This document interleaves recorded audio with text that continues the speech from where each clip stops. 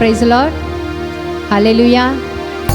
எல்லோரும் கைகளை தட்டி ஆர்ப்பரிப்போடு பாடுவோம்.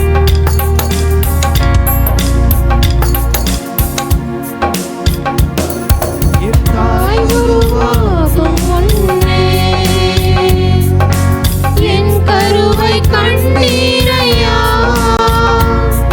என் பெயர் உருவாகும் முன்னே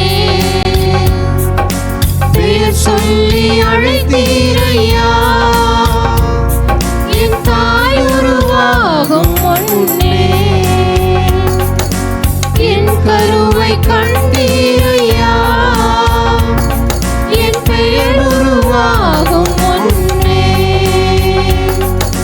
பெயர் சொல்லி அழைத்தீரையா. எப்படிப்பா உமக்கு நன்றி சொல்லுவேன், சொல்ல வார்த்தையே இல்லை. நீங்க போது என் வாழ்க்கை முழுவதும் வேறு ஆசையே இல்லை. எப்படிப்பா உமக்கு நன்றி சொல்லுவேன், சொல்ல வார்த்தையே இல்லை. நீங்க போது என் வாழ்க்கை முழுவதும் வேறு ஆசையே இல்லை. என் தாய் உருவாகும் முன்னே என் கருவை கண்டீரையா, என் பெயர் உருவாகும் முன்னே பெயர் சொல்லி அழைத்தீரையா. எலும்புகள் உருவாகல, நரம்புகள் உருவாகல, தசைகள் உருவாகல, தரிசனம் உருவானதே. தாய் கருவிலே தரிசனம் உருவானதே. எலும்புகள் உருவாகல, நரம்புகள் உருவாகல, தசைகள் உருவாகல, தரிசனம் உருவானதே. தாய் கருவிலே தரிசனம் உருவானதே. எப்படிப்பா உமக்கு நன்றி சொல்லுவேன், சொல்ல வார்த்தையே இல்லை. நீங்க போது என் வாழ்க்கை முழுவதும் வேறு ஆசையே இல்லை. எப்படிப்பா உமக்கு நன்றி சொல்லுவேன், சொல்ல வார்த்தையே இல்லை. நீங்க போது என் வாழ்க்கை முழுவதும் வேறு ஆசையே இல்லை. அடுத்த வரிகள் சொல்லுகிறது, அழியாமல் நம்மளை அணைத்து கொண்டாராம், களையாமல் நம்மளை காத்து கொண்டார். எத்தனையோ இடங்கள் நம்ம கேள்விப்பட்டிருப்போம், கருசிலைவு ஏற்படுகிறது, சில குழந்தைகள் பிறந்து இறந்து போறாங்க. ஆனா நம்மளை எல்லாம் கர்த்தர் நம்முடைய தாயின் வயிற்றுல எவ்வளோ அழகாக பாதுகாத்து நம்மளை கொண்டு வந்திருக்கிறார். அல்லேலூயா.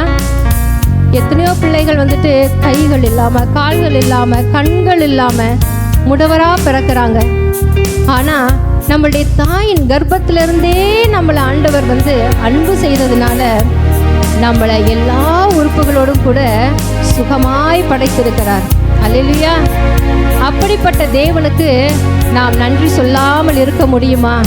முடியவே முடியாது. நம் வாழ்நாள் முழுவதும் அவருக்கு நாம் நன்றி சொல்லிக்கொண்டே இருக்கணும்.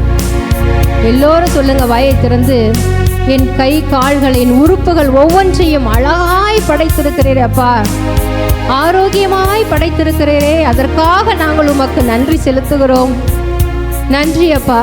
எத்தனையோ மனிதர்களை சந்திக்கும் பொழுது ஆண்டவரே, குறைகளோடு கூட நாங்கள் பார்க்கிறோம். ஆனால் எங்களை எவ்வளவு அழகாய் படைத்திருக்கிறீர், இதற்காக நாங்கள் உம்மை நன்றி செலுத்துகிறோம்.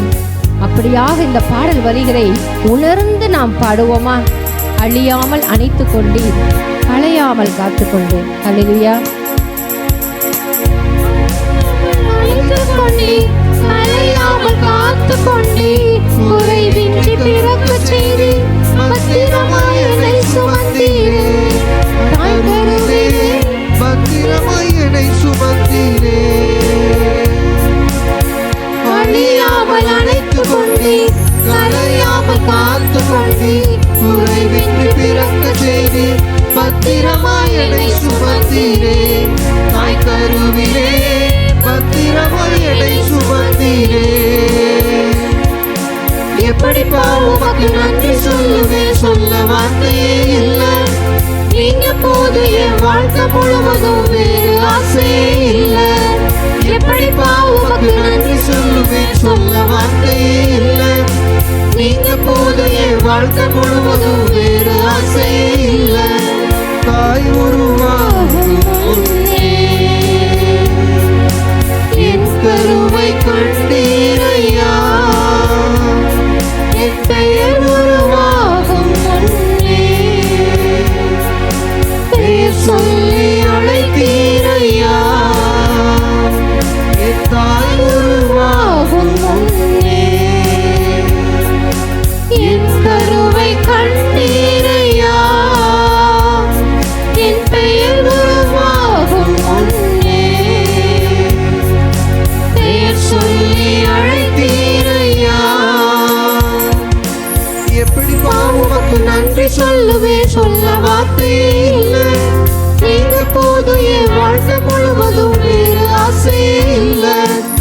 எப்படிப்பா உமக்கு நன்றி சொல்லுவேன், சொல்ல வார்த்தையே இல்லை.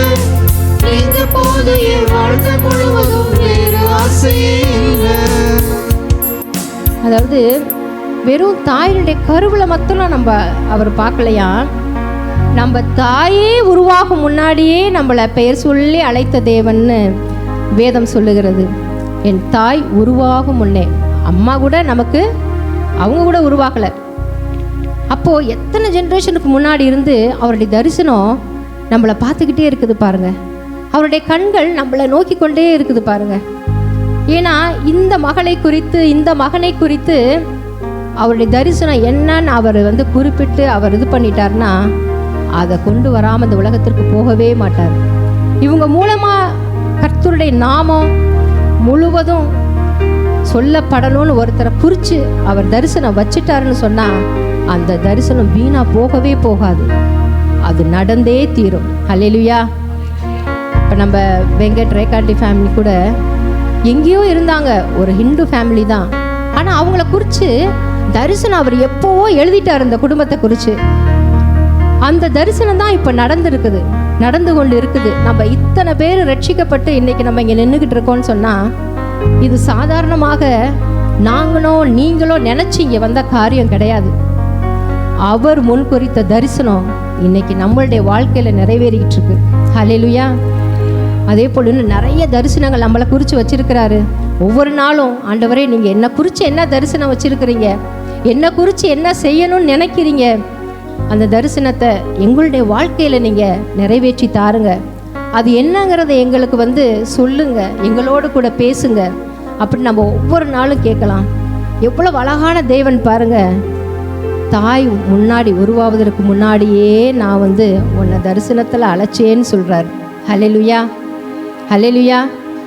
பேரே வைக்கல, பிறப்பே இல்லை, ஆனால் பேர் சொல்லி அப்பயே அழைச்சிட்டாரு. இன்னைக்கு நீங்கள் வச்ச பேர், நீங்கள் வச்சிருக்கிற பேர் உங்கள் அம்மாவோ உங்கள் அப்பாவோ உங்களுக்கு முன் குறித்த பேர் கிடையாது. ஆமென். ஏன்னா இது கர்த்தர் உண்டாக்குனது. இந்த பேரில் தான் இந்த உலகத்தில் வாழணும், இந்த இடத்துல தான் வாழணும். திருமணத்திற்கு பிறகு கர்த்தரால் நீங்கள் இங்கே கொண்டு வரப்பட்டு இன்றைக்கி நம்ம இங்கே வாழ்ந்துக்கிட்டு இருக்கோம், இந்த பெங்களூர் சிட்டியில். ஹல்லேலூயா, ஹல்லேலூயா. அதனால் அவருடைய தரிசனம் தான் நடந்துக்கிட்டு இருக்கு. ஒவ்வொரு நாளும் கண்ணாடியை பார்க்கும் பொழுது என்ன நினைக்கணும் தெரியுமா? ஆண்டவரே என்னை இவ்வளவு அழகாக படைத்திருக்கிறீரே, நீர் கொடுத்த இந்த சுபாவம், உருவம் எல்லாமே அவர் கொடுத்தது தான், எல்லாமே அவர் டிசைன் பண்ணது தான். இது ஒன்று அம்மாவோ அப்பாவோ டிசைன் பண்ணது கிடையாது நீங்கள். அதனால ஒவ்வொரு நாளும் ஆண்டவரை குறித்து பார்க்கும் பொழுது, நம்மளை கண்ணாடியில் பார்க்கும் பொழுது, தேவனே என்னை நீர் அழகாய் உண்டாக்கி இருக்கிறீர், உமக்கு நன்றி, நீர் கொடுத்த நிறத்திற்காக நன்றி.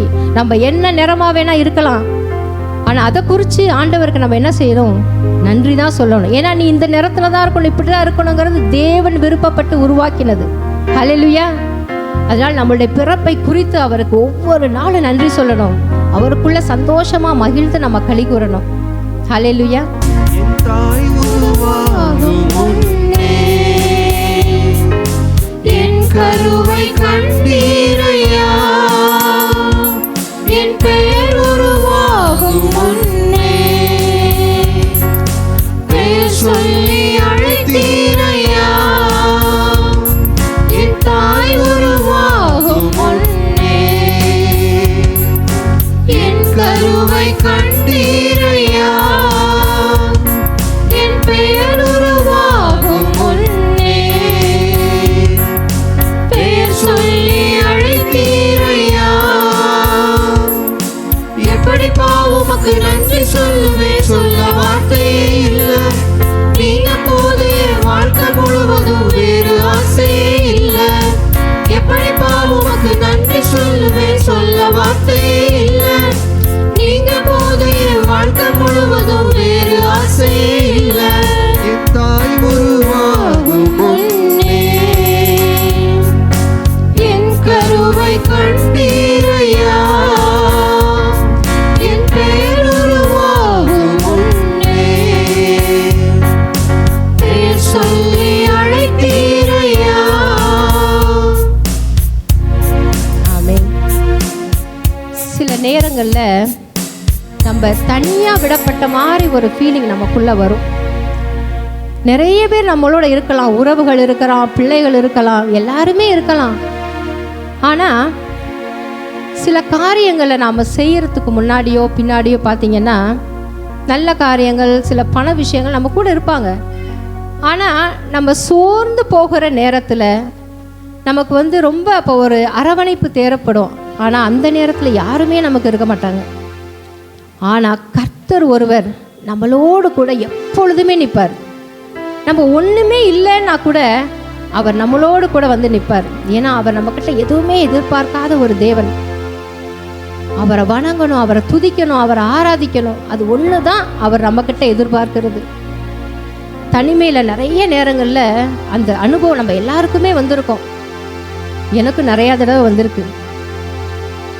சில செய்வினை கட்டுகளுக்குள்ள சத்துரு வீழ்த்தணும்னு நினைக்கும் பொழுது தேவன் தூக்கின காரியம் இன்னும் நினைவுக்குள்ளே.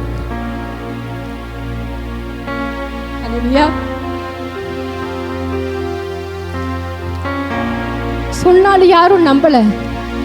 ஆனா அந்த தருணங்கள் மிகவும் கடினமான ஒரு தருணம்.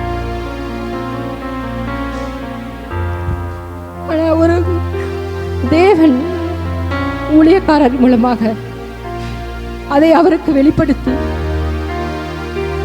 வீடு தேடி எனக்கு விடுதலை கொடுத்து, ஆமே, வெங்கட் பிரதர் மூலமாக அந்த விடுதலை நான் பெற்றுக்கொண்டு, அன்று விடுதலை பெறாவிட்டால் இன்று இந்த இடத்தில் தேவனை தரிசிக்க நான் இருந்திருக்க மாட்டேன். அல்லேலூயா, அல்லேலூயா. தேவன் வெளிப்படுத்தின காரியங்கள் ஒன்றொன்றும் வித்தியாசமானது, நம்மை குறித்த தரிசனங்கள். அதனாலதான் இன்னைக்கு இந்த உணர்வோடு கூட நான் இன்று பாடிக்கொண்டு இருக்கேன். இன்னைக்கு கர்த்தரை குறித்து மேன்மை பாராட்டுறேன் அப்படின்னு சொன்னார். தேவன் என் மேல் வைத்த தரிசனம், தேவன் என் மேல் வைத்த காரியங்கள். அதற்காகத்தான் குடும்பத்தில் நிறைய காரியங்களுக்கு மத்தியிலும் இன்று இந்த இடத்தில் வைராகியத்தோடு கர்த்தர் என்னை நிற்க வைத்திருக்கு. ஹல்லேலூயா. ஒண்ணுமில்லாத நேரத்தில் தூக்கி விடுவதற்கு அவர் ஒருவர் மாத்திரமே உண்டுன்னு நான் விசுவாசிக்கிறேன். ஏன்னா அந்த பாதைகளை கடந்து வந்ததுனால அதுல இருந்து இன்னும் நான் ஒவ்வொரு நாளும் ஆண்டவர் கொடுத்த அந்த விடுதலையை இன்னும் நான் நினைச்சு சந்தோஷப்படுவது. ஹல்லேலூயா. அதனால தனிமையில விடப்பட்டுட்டோமேன்னு யாரும் அழுகாதீங்க. தனிமையில விடப்பட்டுட்டோமேன்னு சொல்லிட்டு ஊனி குறுகி போகாதீங்க. வைராகியத்தோடு நிற்கும் பொழுது அந்த தேவன் நமக்கு உதவி செய்வார். ஹல்லேலூயா. தாய் தகப்பன் நமக்கு உதவி செய்யாவிட்டாலும், கணவனோ மனைவியை உதவி செய்யாவிட்டாலும், பிள்ளைகள் உதவி செய்யாவிட்டாலும், நம் தேவன் உதவி செய்ய என்றென்றும் நம்மோட கூட நிற்கிறார். ஹல்லேலூயா. உலகத்தின் முடிவு பரியந்தம் சகல நாட்களிலும் நான் உன்னோட கூட இருப்பேன் என்று வாக்கு கொடுத்த தேவன். அந்த தேவனை குறித்து இந்த பாடலை நாம் பாடுவோம். ஒன்றுமில்லாமல் நின்ற என்ன கடிப்பிடிச்சு நடத்திட்டு போனது அவர் மாத்திரம்தான். ஹல்லேலூயா. பாடலை பாடுவோம்.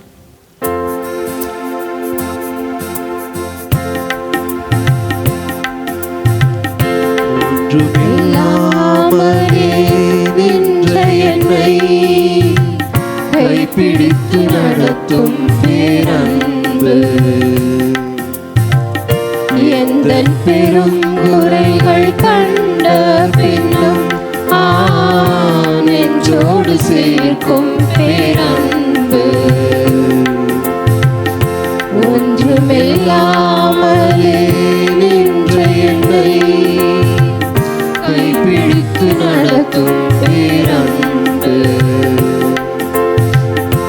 எந்த பெரும் குறைகள் கண்ட பின்னும் நெஞ்சோடு சேர்க்கும் பேரன்பு. இந்த நல்ல தெய்வத்திற்கு நான் என்ன செய்து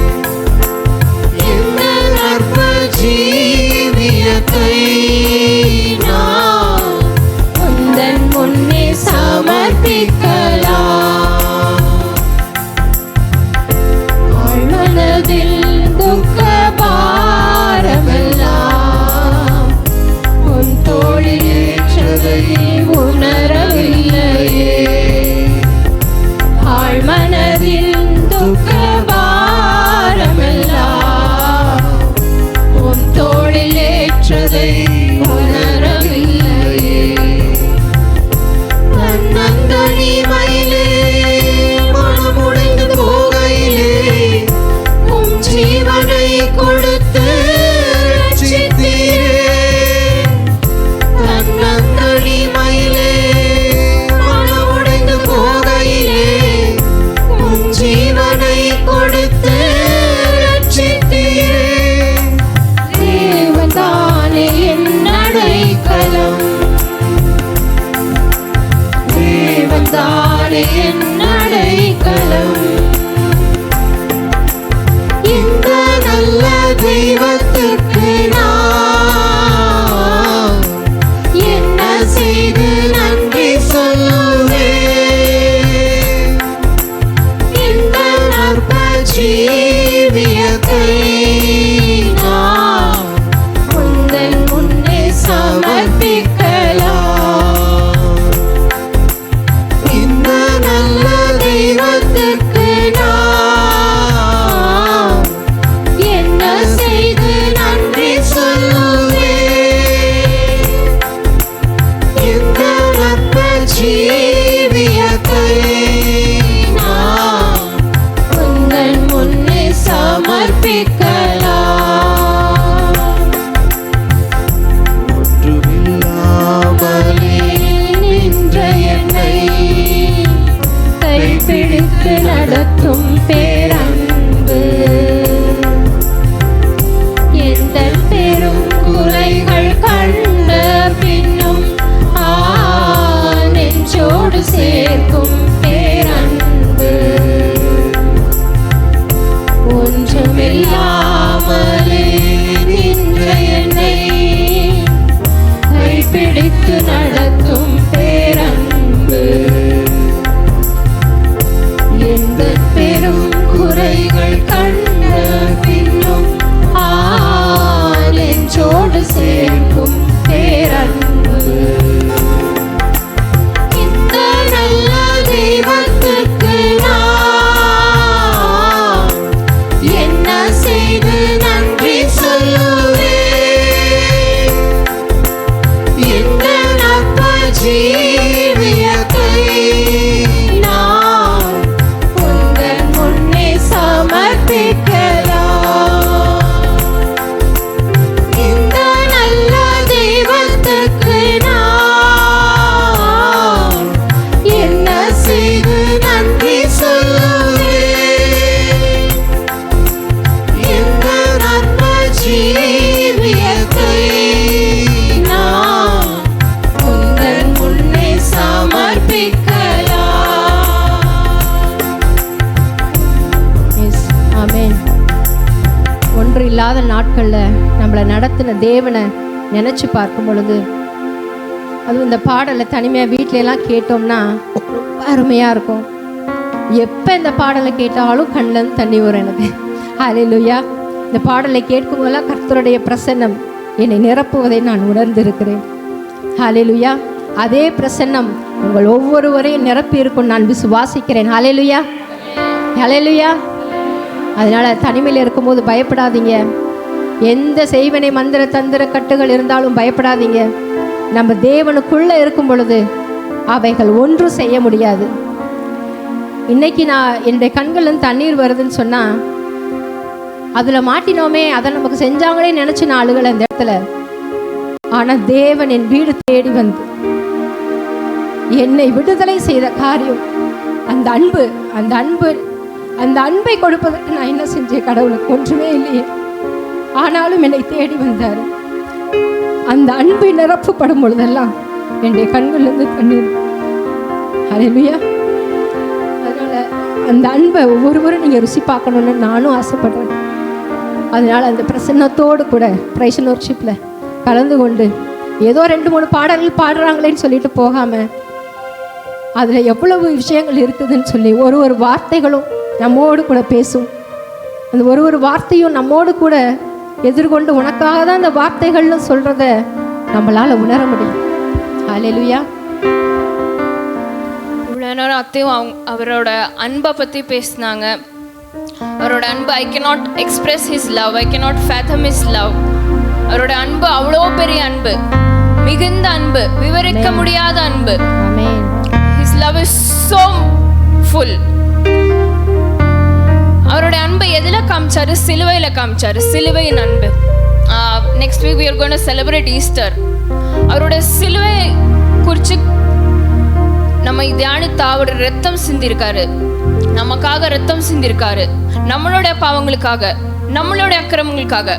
Probably if I tell whatever sins I have done, you might run away from me. உங்களுக்கும் அப்படிதான் இருக்கும். ஆனா அவர் அதெல்லாம் தெரிஞ்சும் எனக்காக மரிச்சாரு. He has died for each one of you on the cross. அவருக்காக விலையேற பெற்ற ரத்தத்தை சிந்திருக்காரு. He has brought us with a high price.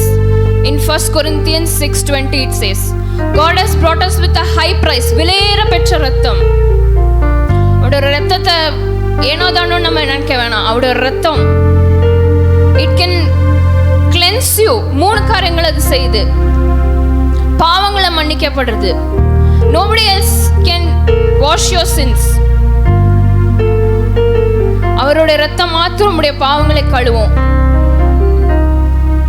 அது நம்ம தூரமா இருக்கும், நம்ம யாரும் புறஜாதியா இருக்கிற அவரை அப்பான்னு கூப்பிடுற புத்திர சுகராத்தை கொடுத்திருக்கு. We can call him Father. That accessibility, I can run to him no matter what I have done. You can call him Father even though you don't have your worldly father. Third thing, நித்திய மீட்பு, eternal heaven he has given through that blood. I just want to read a small quote. God treated Jesus as if he lived our lives so that we could be called righteous. He was treated on the cross as if he lived my life. Whatever sins you have done, he was treated on the cross that way so that we could be called righteous. எவ்வளோ அன்பு! I cannot express it in even more words.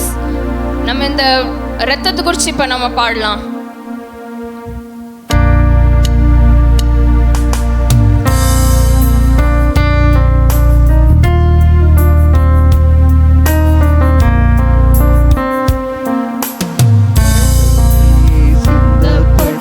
ரத்தமே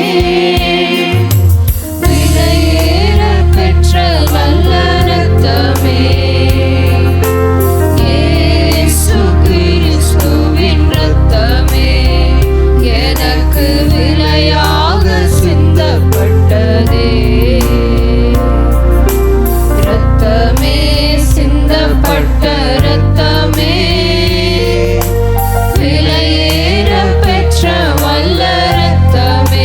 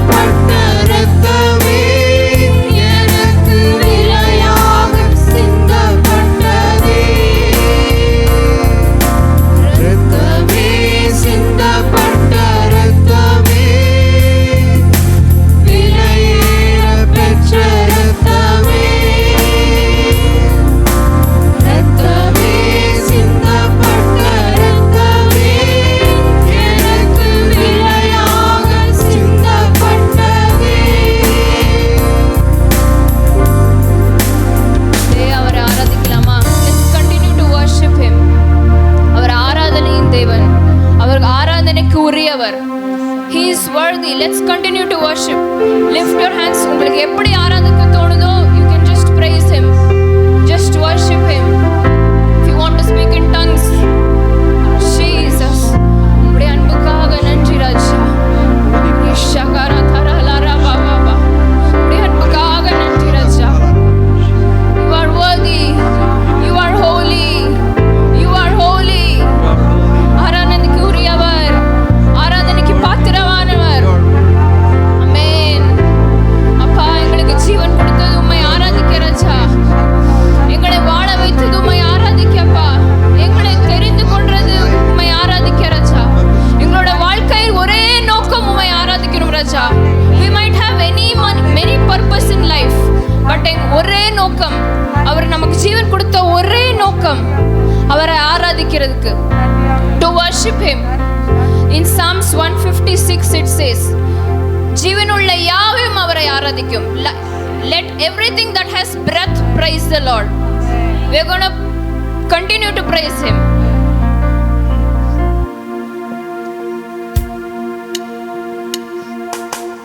ஜீவன் தந்தீர் உம்மை ஆராதிக்க, வாழ வைத்தீர் உம்மை ஆராதிக்க, தெரிந்து கொண்டீர் உம்மை ஆராதிக்க, உம்மை எந்நாளும் ஆராதிப்பேன்,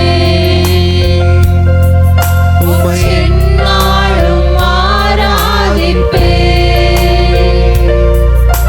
ஜீவன் தந்தீர் உம்மை ஆராதிக்க, வாழ வைத்தீர் உம்மை ஆராதிக்க, தெரிந்து கொண்டீர் உம்மை ஆராதிக்க, உம்மை எந்நாளும் ஆராதிப்பேன்,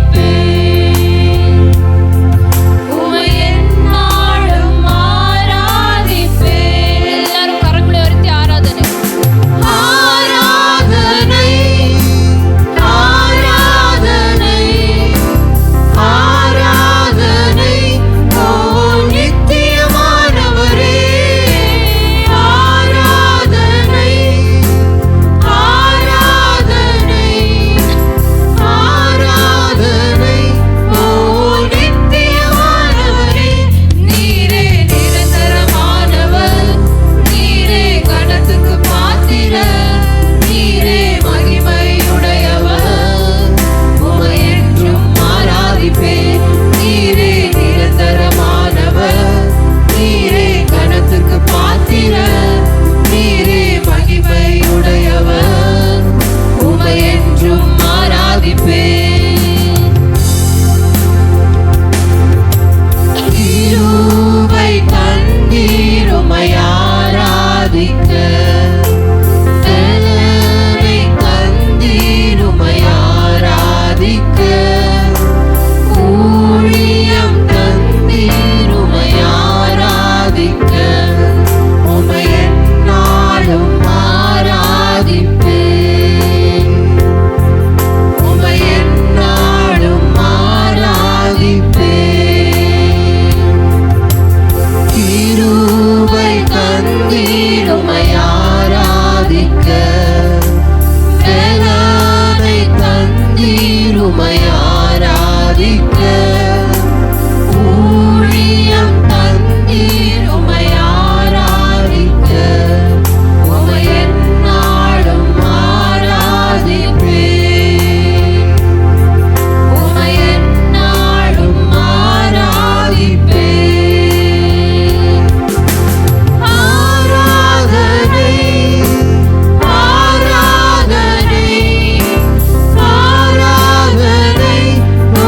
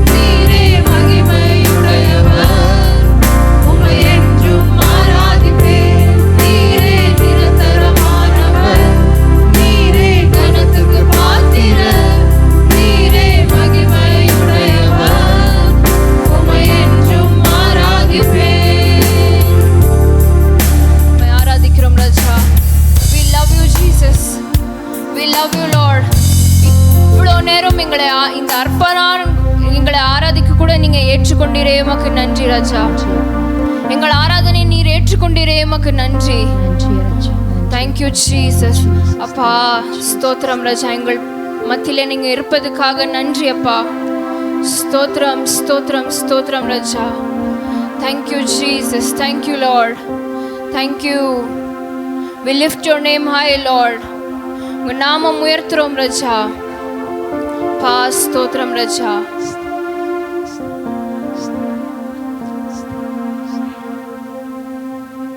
மிகுதியான நேரத்தை உடைய கரத்திலே தாழ்படுத்தி கொடுக்கிறோம் ராஜா. எல்லா துதி கன மகிமை எல்லாம் குறைக்குறைய செலுத்துகிறோம் ஜீவன நல்ல பிதாவே, ஆமென். ஹல்லேலூயா. உங்களை எல்லாம் இந்த நாளில் சந்திப்பது மிகுந்த மகிழ்ச்சி அளிக்கிறது. இன்னைக்கு ஈஸ்டர் அப்படிங்கிற ஒரு விஷயத்தை நம்ம எதற்காக கொண்டாடுகிறோம்? உயிர்ப்பின் பெருவிழா. ஓகே, உயிர்த்தெழுதல் அப்படின்னா என்ன? உங்களுக்கு தெரிஞ்ச காரியங்களை சொல்லுங்க. எல்லாருக்கும் நல்லா தெரியும். நீங்கெல்லாம் சத்தியத்துல நிறைய தேறினவர்கள் தான் இங்க இருக்கிறீங்க. அதனால சொல்லுங்களேன், உயிர்த்தெழுதல்னா என்ன? உயிர்த்தெழுதல் மரித்த நிலையிலிருந்து மீண்டும் உயிர்ப்பிச்சு, அதாவது வாழ்வுக்கு வருவது. ஒரு மரித்து போன நிலையில் இருக்கிற ஒரு பொருள் மீண்டுமாக ஜீவனை பெற்று உயிரை அடைவது, அதுதான் என்ன சொல்றோம்? உயிர்த்தெழுதல் என்று சொல்லுகிறோம். இந்த உயிர்த்தெழுதல் வேதத்துல பல முறை பல இடங்களில் நிகழ்ந்திருக்கிறது, அப்படித்தானே? ஆனா மற்ற எல்லா உயிர்த்தெழுதலையும் நாம கொண்டாடுகிறது இல்ல, ஒரே ஒருத்தருடைய உயிர்ப்பை மாத்திரம் நாம கொண்டாடுகிறோம். ஆமென். நம்முடைய ஆண்டவராக இயேசு கிறிஸ்துவின் உயிர்ப்பை மாத்திரம் தான் கொண்டாடுகிறோம். ஆனா இயேசு கிறிஸ்து இந்த பூமியில இருந்தப்ப நிறைய பேரை உயிரோட எழுப்பினாரா இல்லையா? யாரெல்லாம் எழுப்பினார்? உங்களுக்கு தெரிஞ்சதெல்லாம் சொல்லுங்களேன். லாசருவை எழுப்பினாரு. வேற ஒரு விதவையின் மகனை எழுப்பினாரு. ஒரு சின்ன பெண் எவீருவின் மகளை ஆண்டவர் எழுப்பினார். ஸோ நமக்கு தெரிஞ்சு இது இந்த மாதிரிலாம் உயிரோடு எழும்பின காரியங்களை நாம பார்க்கிறோம் இல்லைங்களா? பழைய ஏற்பாட்டில் கூட உயிர்த்தெழுதல் நடந்திருக்கு. அது தெரியுமா? செத்து போனவங்கள உயிரோடு எழுப்பின எலியா ஒரு முறை எழுப்பி இருக்கிறாரு, எலிசா ஒரு முறை எழுப்பி இருக்கிறாரு. எலிசாவுடைய கல்லறையின் மீது விழுந்த ஒரு பணம் உயிரோடு எழுந்துச்சு. இப்போ பழைய ஏற்பாட்டில் ஒரு 3, புதிய ஏற்பாட்டில் ஒரு 3 உயிர்த்தெழுதல் இங்கே பேலன்ஸ் பண்ணி வச்சிருக்கிறாங்க. ஆனா இப்படி உயிரோடு எழுந்தவங்க எல்லாருமே திரும்பவும் ஒரு நாள் என்ன செஞ்சாங்க? மரிச்சு போயிட்டாங்க. ஆனா இயேசு கிறிஸ்து ஒருவர் மட்டும்தான் உயிரோடு எழுந்த பிற்பாடு மீண்டும் மரிக்காமல் இத்தனை 2000 ஆண்டுகளுக்கும் மேலாக இன்றைக்கும் ஜீவனோடு இருக்கிறார். ஆமென். ஹல்லேலூயா. அதனாலதான் அவருடைய உயிர்த்தெழுதல் மிகவும் மேன்மையுள்ளது என்று கருதப்படுகிறது. ஆமென். மற்றவங்களுடைய உயிர்ப்பெல்லாம் ஆண்டவருடைய வல்லமையினால் அவங்க எல்லாம் எழுந்தாங்க. ஆனா அவங்க எல்லாம் என்ன செஞ்சிட்டாங்க? மீண்டும் மரணத்தை சந்தித்து விட்டார்கள். பட் இயேசு கிறிஸ்துவனுடைய உயிர்த்தெழுதல் அப்படிப்பட்டதல்ல. அவர் என்ன செஞ்சிட்டாருன்னா கம்ப்ளீட்டா உயிரோடு எழுந்து, அவருக்கு நார்மல் சரீரம் கொடுக்கப்படல. மற்றவங்க எல்லாம் உயிர்த்தெழுந்து பழைய அதே சரீரத்துல இருந்தாங்க.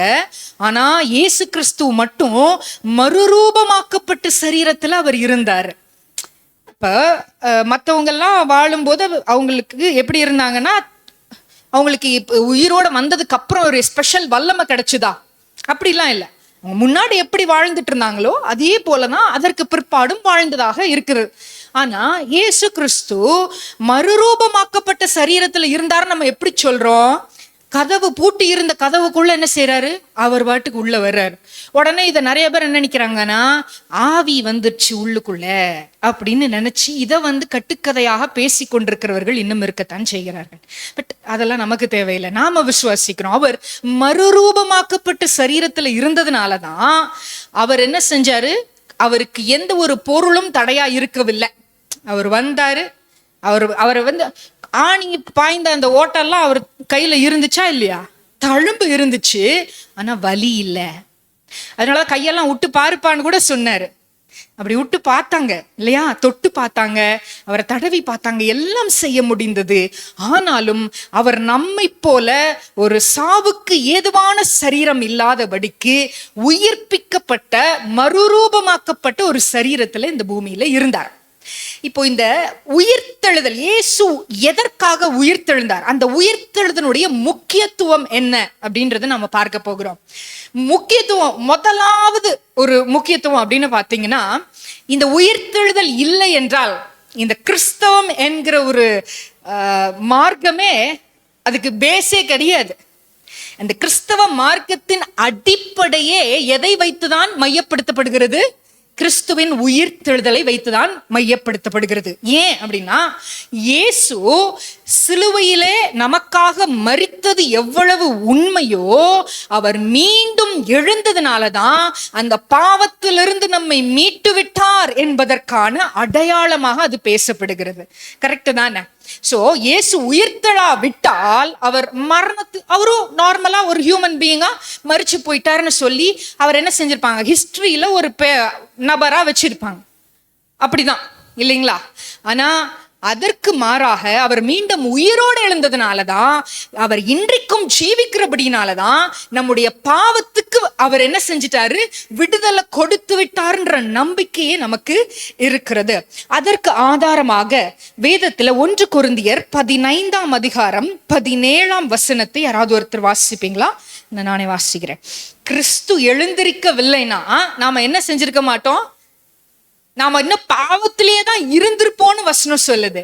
கிறிஸ்து எழுந்ததுனாலதான் நமக்கு என்ன கிடைச்சிருக்கு, பாவ மன்னிப்பு அல்லது மீட்பு நமக்கு கிடைச்சிருக்குது.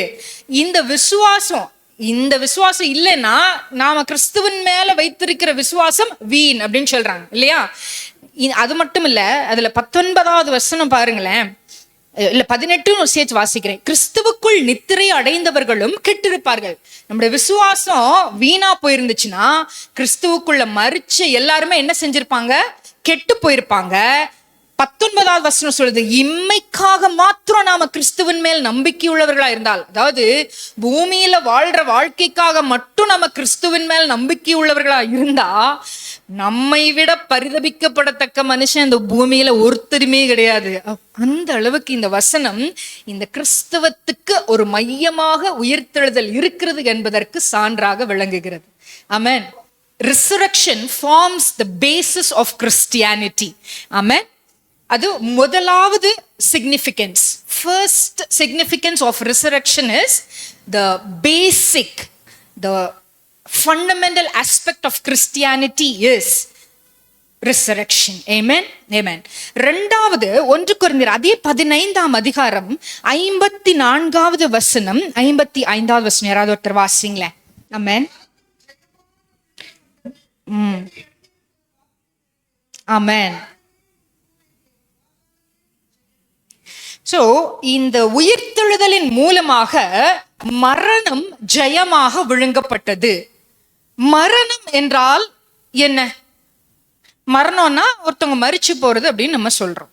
பட் இந்த இடத்துல மரணம் ஜெயமாக விழுங்கப்பட்டது அப்படிங்கிறத நீங்க லிட்ரலா அப்படியே அர்த்தம் எடுத்துக்கிட்டீங்க அப்படின்னா, அப்ப யாருமே மரிக்க கூடாது என்கிற மீனிங்ல தான் போகுது இல்லையா? மரணத்தை ஜெயிச்சிட்டாங்க அப்படின்னா யாருமே மறைக்க வேண்டியது, but still people are dyeing. அப்போ எந்த மரணத்தை இது குறிப்பிடுகிறது அப்படின்னு பாத்தீங்கன்னா, முதல்ல ஆதாம் ஏவாள் இந்த பூமியில உண்டாக்கப்பட்ட போது அவங்களுக்கும் ஆண்டவருக்கும் என்ன செய்யப்பட்டதுன்னா, ஒரு அழகான ஒரு உறவு இருந்துச்சு. அவங்களுடைய உறவை ஆவியில் இருந்ததாக சொல்லப்படுகிறது. அவங்களுடைய ஆவி என்னன்னா easily it was able to connect with the Lord. மத்தியான நேரத்துல எல்லாம் ஆண்டவர் என்ன செய்வாராம், உலாவி கொண்டிருப்பார். அப்ப அவங்களோட ஜாலியா வாக்கிங் போவாரு, பேசுவாரு. அந்த அளவுக்கு அவங்களுடைய வாழ்க்கை எப்படி இருந்தது, ஆவியில ஆண்டவரோடு இணைக்கப்பட்டதாக இருந்துச்சு. அவங்க அந்த கனியை சாப்பிட்ட நாள்ல நீ சாகவே சாவாய்ன்னு ஆண்டவர் ஒரு வார்த்தை சொன்னார். அவங்க சாப்பிட்ட உடனே அந்த மரணம் நிகழ்ந்ததா இல்லையா? நிகழ்ந்தது. மரணம் நிகழ்ந்தது. எதுல நிகழ்ந்துச்சு அப்படின்னா, ஆண்டவருக்கும் அவங்களுக்கும் இடையில இருந்த அந்த உறவுல ஒரு பிரேக் விழுந்துச்சு. கரெக்டா? ஆண்டவரை விட்டு அவங்க அந்த ஆண்டவர் வசித்து கொண்டிருந்த அந்த ஏதேன் தோட்டத்தை விட்டு வெளியே திரட்டப்படுறாங்க. அவங்க வெளியில உலகத்துல வாழ்ற ஒரு சூழ்நிலை ஏற்படுகிறது. இப்போ அவன் செய்த அந்த முதல் பாவம், நமக்கும் ஆண்டவருக்குமான அந்த உறவு, அது எங்க இருக்குன்னு சொன்னேன், ஆவியில இருக்கு. ஒவ்வொருத்தருக்கும் ஆவி, ஆத்மா, சரீரம்னு 3 விஷயம் இருக்கு. அது எத்தனை பேர் நம்புறீங்க? இருக்குன்னு நம்புறீங்கல்ல?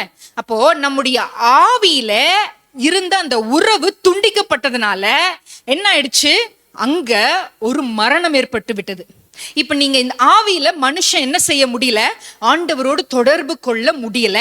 அதனாலதான் பழைய ஏற்பாட்டு நாட்கள்ல நீங்க எங்க வாசிச்சீங்கனாலும் எங்க இருந்தாவது ஆண்டவர் மேல இருந்து பேசுற மாதிரியோ இல்ல தனியா வெளியில இருந்து ஆண்டவர் பேசுகிறதை போலதான் அவங்களுக்கு இருந்துச்சு. அவங்களால என்ன செய்ய முடியல, ஆவியில ஆண்டவரோட கனெக்ட் ஆக முடியல. Until Jesus was born, until Jesus came through this death and resurrection, இந்த பூமியில ஒருவரால என்ன செய்ய முடியல, ஆவியில ஆண்டவரோடு தொடர்பு கொள்ள முடியவில்லை. அந்த மரணத்தை தான் ஆண்டவர் என்ன செஞ்சிட்டாரு, சிலுவையில மரிச்சு அவனுடைய பாவங்கள், அந்த ஜென்ம பாவம்ன்றது நம்மளுக்கு எல்லாருக்கும் வருது. ஆதாம் செஞ்ச உடனே பூமியில பிறந்த எல்லா மனுஷன் மேலயும் அந்த ஜென்ம பாவம் சுமத்தப்படுகிறது. சோ நம்ம பிறக்கும் போதே எப்படி பிறக்கிறோம், ஜென்ம பாவத்தோடையே பிறக்கிறோம். அந்த பாவத்தை யாருனாலையும் நம்ம விட்டு நீக்க முடியவில்லை. But the one and only person who took away this sin was Jesus Christ. Amen. So அவன் பிசாசு தந்திரமா ஆண்டவரையும் நம்மையும் பிரிச்சிருந்தாலும் கூட ஆண்டவர் என்ன செஞ்சாரு, நமக்காக மேல இருந்து இறங்கி வந்து தன்னுடைய உயிரையே தியாகமாக கொடுத்து என்ன செஞ்சாரு, நம்மை அந்த மரணத்திலிருந்து விடுதலையாக்கி விட்டார். சோ மரணம் இப்ப என்ன செய்யப்பட்டிருக்கிறது, ஜெயமாக விழுங்கப்பட்டது. அதனால்தான் 55வது வசனத்துல என்ன கேட்கிறார், மரணமே உன் கூரெங்கே, பாதாளமே உன் ஜெயமெங்கே. ஆமென். சோ மரணம் ஜெயமாக விழுங்கப்பட்டது. இரண்டாவது significance, the second significance of resurrection is victory over death. Amen. Victory over death. மூன்றாவது காரியம், இந்த உயிர்த்தெழுதல் நிகழ்ந்ததுனால 1 தெசலோனிக்கேயர் 4ஆம் அதிகாரம் 13ஆம் வசனத்தை எடுத்துக்கொள்ளுங்க. இந்த உயிர்த்தெழுதல் நிகழ்ந்ததுனால நமக்கு இன்னொரு ஒரு காரியமும் கிடைத்திருக்கிறது. 1 தெசலோனிக்கேயர் 4:13. ஆமென். சோ நித்திரை அடைந்தவர்களின் நிமித்தம் நீங்கள் நம்பிக்கை அற்றவர்களான மற்றவர்களைப் போல துக்கிக்க வேண்டிய அவசியம் இல்லை. இப்போ நம்ம வீட்டுல இருக்கிறவங்க யாரோ ஒருத்தவங்க மரிச்சு போயிட்டாங்கன்னா நாம அவங்க இனிமே அவங்கள நம்ம சந்திக்கவே முடியாது, அவங்கள பார்க்கவே முடியாது, இல்லை அவங்களோடு அவங்கள விட்டு பிரிந்து விட்டோம், அவங்க மொத்தம் அழிஞ்சு போயிட்டாங்க அப்படின்ற உணர்வு நமக்கு வர வேண்டிய அவசியம் இல்லை. அவங்கள குறித்து நாம துக்கப்பட வேண்டிய அவசியம் இல்லை. ஏன்னா நமக்கு என்ன நம்பிக்கை இருக்கு, மீண்டும் அவங்கள சந்திப்போன்னு ஒரு நம்பிக்கை இருக்கு. ஏன்னா மரித்த ஒவ்வொருத்தர், அதுக்கு அடுத்து நான் வருவேன், மரிக்கிற ஒவ்வொருத்தருக்கும் என்ன இருக்குது, மீண்டும் ஒரு வாழ்வு இருக்குது. கரெக்டா? அப்படிப்பட்ட ஒரு காரியத்தை, அந்த நம்பிக்கைய எது நமக்கு கொடுக்கிறது, இந்த உயிர்த்தெழுதல். ஆமென். இந்த உயிர்த்தெழுதல் தான், this resurrection gives us the hope to see our beloved people who are passing away through death or this worldly death. We can see them in heaven. The assurance is given through this resurrection. Amen. Amen. So அதுதான் மூன்றாவது காரியம். நான்காவது காரியம், யோவான் 11:25-26 யோவான் 11:25-26 இயேசு அவளை நோக்கி, நானே உயிர்த்தெழுதலும் ஜீவனுமா இருக்கிறேன், என்னை விசுவாசிக்கிறவன் மரித்தாலும் பிழைப்பான். சோ அதை தான் நான் சொன்னேன் இல்லையா, நாம் ஒருத்தர் மரிச்சா நம்ம கவலைப்பட வேண்டிய அவசியம் இல்லை. ஏன் அப்படின்னா அவன் மரித்தாலும் பிழைப்பான். Though a person is dead, but if he believes in Christ, he will definitely live. Amen. How he will live? In Christ, the soul will be taken into heaven and he shall live for eternity. Amen. என்றென்றைக்கும் நித்திய நித்திய காலமா eternal life is promised through resurrection. Amen. இந்த resurrection இல்லைன்னு வச்சுக்கோங்களேன், இந்த உயிர்த்தெழுதல் இல்லைன்னா நமக்கு இந்த நித்திய வாழ்வுங்கிற ஒரு கான்செப்டே கிடையாது. மறிச்சோம், மண்ணுக்குள்ள போனோம், அவ்வளவுதான், முடிஞ்சு போச்சு அப்படின்னு தூக்கி போட்டு போயிட்டே இருக்க வேண்டியதான். ஆனா இந்த வாழ்வு நமக்கு கொஞ்ச காலம்தான். நித்திய வாழ்வு எங்க இருக்கு? நமக்கு பரலோகத்துல தான் இருக்குன்ற ஒரு நம்பிக்கைய எது நமக்கு கொடுக்கிறது? உயிர்த்தெழுதல் தான் நமக்கு கொடுக்கிறது. ஆமென். 4 காரியம் சொல்லிட்டேன். 5வது காரியம், இந்த உயிர்த்தெழுதலின் மூலமா நாமும் உயிர்த்தெழப் போகிறோம் என்கிற ஒரு நம்பிக்கை நமக்கு உண்டாகிறது. ஈவன் நாம இப்போ இந்த பூமியில வாழ்ந்து கொண்டிருக்கிறோம், நாம மரித்தாலும் நாமளும் உயிர்த்தெழுவோன்ற ஒரு நம்பிக்கைய நமக்கு எது கொடுக்கிறது? இந்த ஆண்டவருடைய உயிர்த்தெழுதல். அவர் உயிர்த்தெழுந்தது போல நாமும் என்ன செய்ய போகிறோம்? உயிர்த்தெழப் போகிறோம் என்று வசனம் நமக்கு சொல்லுது. 1 தெசலோனிக்கேயர் 4:14 அடுத்ததாக இந்த உயிர்த்தெழுதலின் மூலம் நம்முடைய அற்பமான இந்த சரீரம் மகிமையின் சரீரமாக மாற்றப்படுமா? நான் சொன்னேன் இல்லையா, இயேசுடைய சரீரம் எப்படி ஒரு மகிமையான சரீரமா மாறுச்சோ, நாளைக்கு நம்ம உயிர்த்தெழும் போது, நம்மை அவர் உயிர்ப்பிக்கும் பொழுது இந்த சரீரம் எப்படி மாறுமா? ஒரு குளோரியஸ் மகிமையின் சரீரமாக மாறும். பிலிப்பியர் 4:21 அது சொல்லப்பட்டிருக்கிறது. பிலிப்பியர் 4:21 ஒப்பாக மறுரூபப்படுத்துவார். சோ நம்முடைய அற்பமான சரீரத்தை ஆண்டவர் என்ன செய்வாராம்? மகிமையான, அவருடைய மகிமையான சரீரத்திற்கு ஒப்பாக மறுரூபப்படுத்துவார். ஆமென். இன்னும் 2 காரியம் இந்த உயிர்த்தெழுதலினுடைய சிக்னிஃபிகன்ஸ் பத்தி நான் சொல்லிட்டு அதற்கு பிற்பாடு நாம என்ன செய்யணுங்கிறத பத்தி நான் சொல்ல போகிறேன். ஸோ உயிர்த்தெழுந்த இயேசு என்ன செய்யறாரு? இப்போ உயிர்த்தெழுதல் மூலமா நமக்கு நிறைய விஷயத்த வாக்கு பண்ணிட்டாரு. ஃபர்ஸ்ட், நம்மளுடைய நம்பிக்கையே, விசுவாசமே உயிர்த்தெழுதலின் அடிப்படையில தான் இருக்குதுங்கிறத ஆண்டவர் நமக்கு சொல்லிட்டாரு. 2வது என்ன சொன்னேன்? மரணத்தை ஜெயமாக விழுங்கி விட்டார் என்ற காரியத்தை சொன்னேன். 3வது, மரித்தோரை குறித்து கவலைப்பட வேண்டாம். ஏன்? 4வது என்னது? மரித்தாலும், கிறிஸ்து இயேசுவை விசுவாசிக்கிறவன் மரித்தாலும் என்ன செய்வான்? பிழைப்பான். 5வது, நமக்கும் அந்த உயிர்த்தெழுதல்ல ஒரு நாள் பங்கு இருக்கிறது. 6வது, இந்த உயிர்த்தெழுதலின் மூலமாக நம்முடைய அற்பமான சரீரம் மகிமையான சரீரமா மாறும்னு சொன்னேன். இப்போ இந்த உயிர்த்தெழுந்த இயேசு நமக்காக என்ன செஞ்சிட்டு இருக்கிறாராம்? பரிந்து பேசிக் கொண்டிருக்கிறார். அது சும்மாலாம் இல்லை. அவர் உயிரோடு எழுந்த பின்பு பிதாவானவருடைய வலது பாரிசத்தில் உட்கார்ந்து, அப்படிதான் ரோமர் 8:34 சொல்லப்பட்டிருக்கு. வாசிக்க வேண்டாம், நீங்க நோட் பண்ணி வச்சுக்கோங்க. ரோமர் 8:34 ரொம்ப அழகா சொல்லப்பட்டிருக்கு. அவர் உயிரோடு எழுந்த பிற்பாடு அவர் வலது பாரிசத்துல பிதா பக்கத்துல போய் உட்கார்ந்து நமக்காக என்ன செய்யறாராம்? வேண்டுதல் செய்கிறார். அப்ப இந்த பூமியில நாம வாழ்ற வாழ்க்கைக்கு தேவையான வல்லமையை ஆண்டவர் உயிர்த்தெழுதல் மூலமா கொடுத்தாலும் கூட நாம ஃபேஸ் பண்ற சேலஞ்சஸ்ல நாம வின் பண்ணணுங்கிறதுக்காக, whatever challenges we are going through, we have to win through all those challenges, we have to overcome those challenges. So for that reason God is interceding for us. ஆண்டவர் என்ன செய்கிறாரு? நமக்காக மன்றாடி கொண்டிருக்கிறார். வேண்டுதல்னு நமக்கு கொடுக்கப்பட்டிருக்கு. ஆனா ஆங்கிலத்துல இன்டர்சீடிங் என்று சொல்லப்பட்டிருக்கு. இன்டர்சீடிங்னா மன்றாடுகிறது, கெஞ்சுறதுன்னு சொல்லப்பட்டிருக்கு. சோ ஆண்டவர் நமக்காக என்ன செய்கிறார்? ஒவ்வொரு நாளும் ஒரு உவமை கூட சொல்லப்பட்டிருக்கு இல்லையா?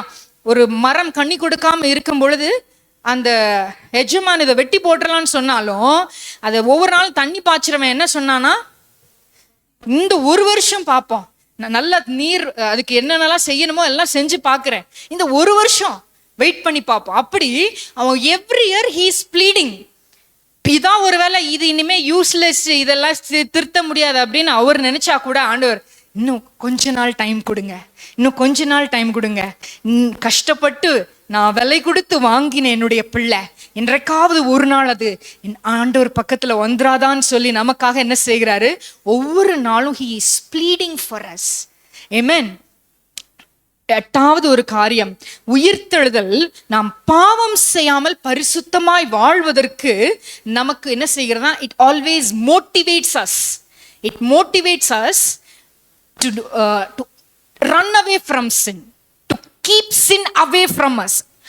பாவத்தை நம்மை விட்டு விலக்கி வைக்கிறதுக்கு அது நமக்குள்ள என்ன செய்யுது, ஒரு தூண்டுதலை கொடுத்து கொண்டே இருக்குது. அதற்கு அடையாளமாகத்தான் நம்ம என்ன செய்கிறோம், ஞான ஸ்நானத்தையே எடுக்கிறோம் என்று வேதம் நமக்கு சொல்லுகிறது. ரோமருக்கு எழுதின நிருபம் 6ஆம் அதிகாரத்துல இந்த ஞானஸ்தானத்தை குறித்து ரொம்ப அழகா சொல்லி இருக்கிறாங்க.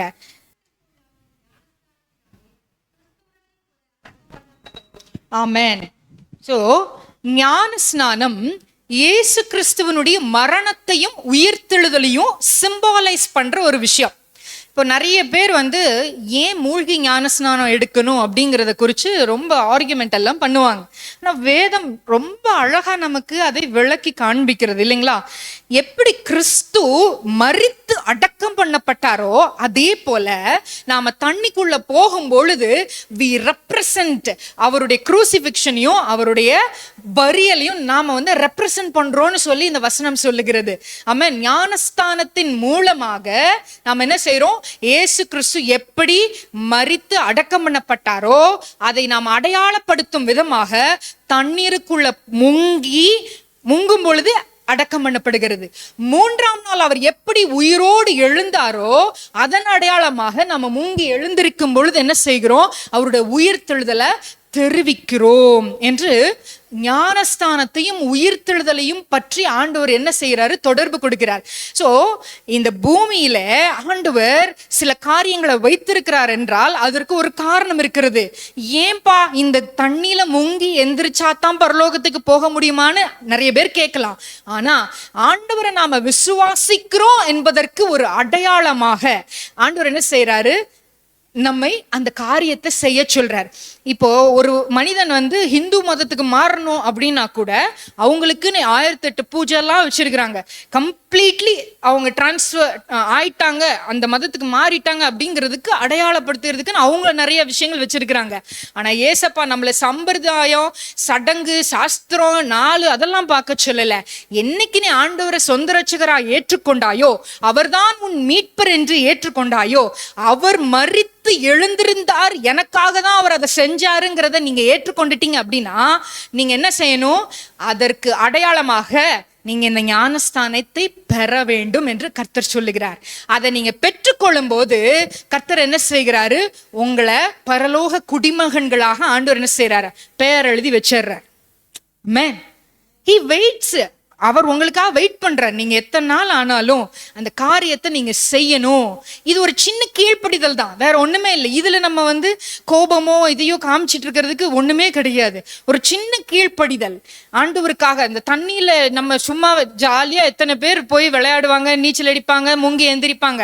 ஆனா ஞானஸ்தானத்துக்கு அப்படின்னு சொன்னா மட்டும் அது என்னவோ பெரிய பாவமாக நினைக்கிறாங்க. அப்படி இல்லைங்க.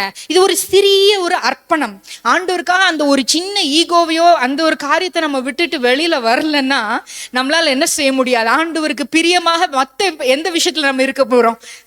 அவர் வேதத்திலே சொல்லி கொடுத்து சில காரியத்தை வச்சிருக்கிறாரு. அந்த காரியத்துக்கு நம்ம கீழ்ப்படிய முடியலன்னா மற்ற எந்த காரியத்தை நாம அவருக்காக செய்ய போகிறோம்? அதனால ஞான ஸ்நானம் ஒருவேளை நீங்க எடுக்கலன்னா இன்னைக்கு ஒப்பு கொடுங்க. ஆண்டவர் நிச்சயமாக உங்களுக்கு உதவி செய்வார். உங்கள் இருதயத்துல அதை குறிச்சு பேசுவார். இந்த காரியத்தை பேசணும்னு சொல்லி ஆண்டவர் எனக்கு உணர்த்தினார். நான் இதை பேசலாமா வேண்டாமான்னு ரொம்ப யோசித்து கொண்டிருந்தேன். ஆனா எனக்கு ஒரு தடவை இல்லை, ஒரு 5 முறையாவது ஆண்டவர் என்னோடு இடைப்பட்டிருப்பார் இந்த வார்த்தையை குறித்து பேச வேண்டும் என்று. அதனாலதான் இந்த ரிசரக்ஷனுடைய உயிர்த்தெழுதலுடைய மேன்மையை பற்றி சொல்லும் பொழுது இந்த ஞானஸ்தானத்தை குறித்து நான் உங்களோடு கூட பகிர்ந்து கொள்கிறேன். நிச்சயமா இது உங்களுடைய இருதயத்துல பேசும் என்று நான் நம்புகிறேன். ஆமென். இப்ப இவ்வளவு நேரம் ஆண்டவருடைய உயிர்த்தெழுதலின் மகிமை எல்லாம் பார்த்துட்டோம். ஆண்டவர் உயிர்த்தெழுதலின் மூலமா நமக்கு என்ன கொடுக்கிறார் அப்படின்னு எல்லா விஷயத்தையும் நான் சொல்லிட்டேன். ஆனா இந்த உயிர்த்தெழுதலின் வல்லமையை பெற்றுக்கொண்ட நாம் என்ன செய்ய வேண்டும்? என்ன செய்ய வேணும்? தெரிஞ்சவங்க சொல்லுங்க. உங்களுக்கு என்ன தோணுதோ அதை சொல்லுங்க. சாட்சியா இருக்கணும், சுவிசேஷம் அறிவிக்கணும். ஓகே, என்னோட பாயிண்ட்ல இருக்கிற நிறைய விஷயங்கள்ல சொல்றீங்க. ஸோ ஃபர்ஸ்ட் ஸ்டார்டிங்ல இருந்து வர்றேன், இயேசுவை ஏற்றுக்கொள்கிற அந்த காரியத்துல இருந்து வருகிறேன். ஓகே, முதல் என்ன செய்யணும்? இயேசுதான் இந்த உயிர்த்தெழுதல், இந்த மரணத்தை அவர் நமக்காக ஏற்றுக்கொண்டார், அவர் உயிரோடு எழுந்தார் என்று என்ன செய்யணும்? முதல்ல விசுவாசித்து ஏற்றுக்கொள்ள வேண்டும். ஆமென். ரோமர் 10:9 அந்த காரியம் ரொம்ப தெளிவாக எழுதப்பட்டிருக்கிறது. ஆமென். சோ நீங்க என்ன செய்யணும்? உங்க வாயினால அறிக்கை செய்யணும், தேவன் அவரை மரித்தோரிலிருந்து எழுப்பினார் என்று நீங்க என்ன செய்யணுமா? உங்க இருதயத்துல விசுவாசிக்கணும். accept and believe Jesus. That is the first thing which you have to do.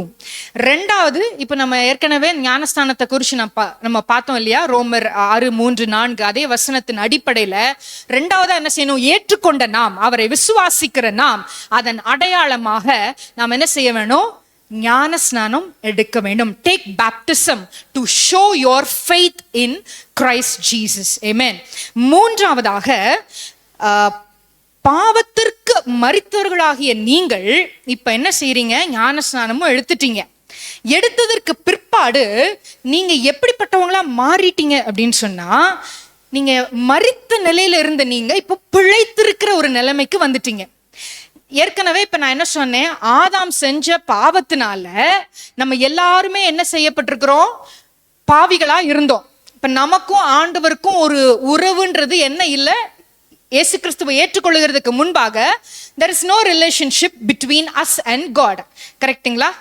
before accepting Jesus நமக்கும் ஆண்டவருக்கும் ஏதாவது உறவு இருந்துச்சா? இல்லை.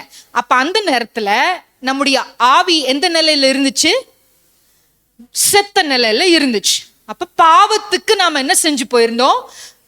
பாவத்துல மரிச்சு போயிருந்தோம்.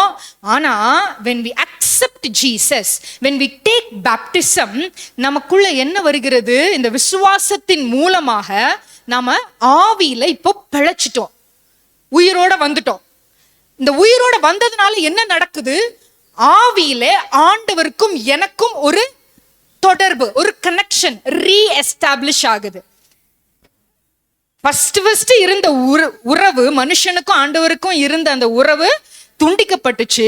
ஆனா by accepting Jesus and by taking baptism நம்ம என்ன செய்து? நமக்கும் ஆண்டவருக்கும் இடையில ஒரு உறவு புதுப்பிக்கப்படுகிறது, ரீஎஸ்டாப்ளிஷ் ஆகுது. அப்ப இந்த புதுப்பிக்கப்பட்ட இந்த உறவுல நாம என்ன செய்யணும்? ஐ ஆம் alive as Jesus is alive. எப்படி இயேசு உயிரோடு இருக்கிறாரோ அதே போல இப்ப நானும் என்ன செய்யறேன்? உயிரோடு இருக்கிறேன். யாருக்குள்ள உயிரோடு இருக்கிறேன்? கிறிஸ்துவுக்குள்ள உயிரோடு இருக்கிறேன். பட் முன்னாடி நம்ம பாவத்துல என்ன செஞ்சிருந்தோம்? உயிரோட இருந்தோம். நான் இயேசுவை ஏற்றுக்கொண்டதுக்கு பிற்பாடு பாவம் என்ன செஞ்சிருச்சு? இப்போ மரிச்சு போயிடுச்சு. புரிஞ்சுச்சா? குழப்பமா இருக்கா? கன்ஃபியூசிங்கா இருக்கா? இல்ல. when I didn't accept Jesus, I was alive to sin but dead to God. Okay, but when I accepted Jesus, what happened? பாவத்துக்கு நான் செத்துட்டேன், ஆனா ஜீசஸோட என்னோட கனெக்ஷன் ஸ்டார்ட் ஆயிடுச்சு. and I am alive in Christ. Amen. நான் கிறிஸ்துவுக்குள்ள நான் எப்படி மாறிட்டேன்? பிழைத்திருக்கிற நிலைமைக்கு நான் மாறிட்டேன். இந்த உணர்வு நமக்குள்ள எப்போதும் இருக்க வேண்டும் என்று வேதம் சொல்லுகிறது. ரோமர் 8:11 இந்த வசனம் எல்லாம் நீங்க நோட் பண்ணி வச்சுக்கோங்க. என்ன செய்யணுமா?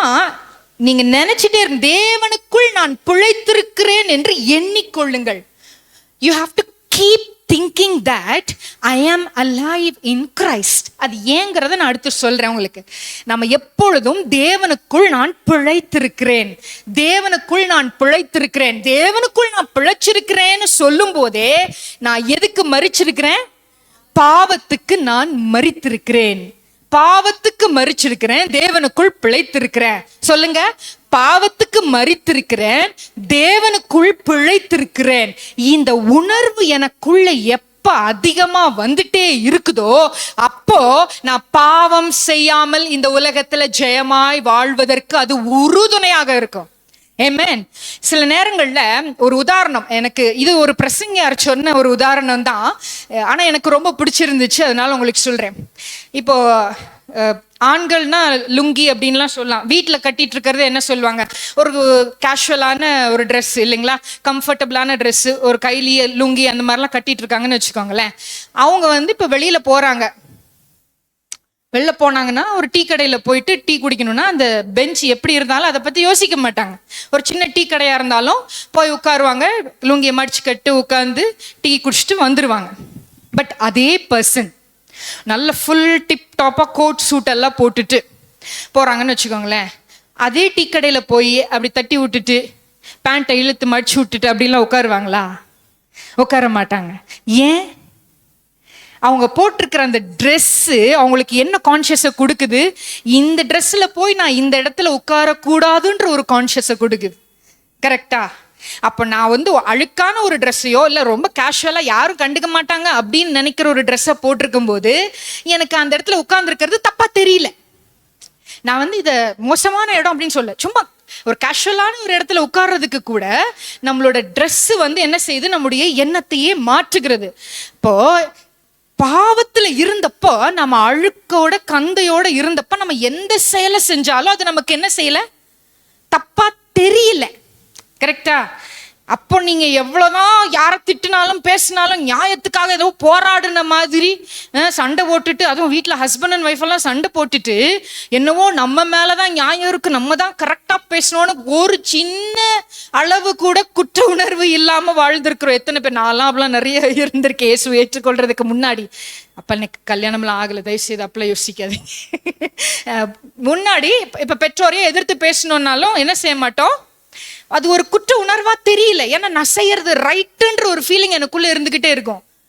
ஆனா எப்போ நான் இயேசுவை ஏற்றுக்கொள்றேனோ அப்ப என்ன ஆயிடுது, எனக்குள்ள ஒரு பரிசுத்த உணர்வு வருது.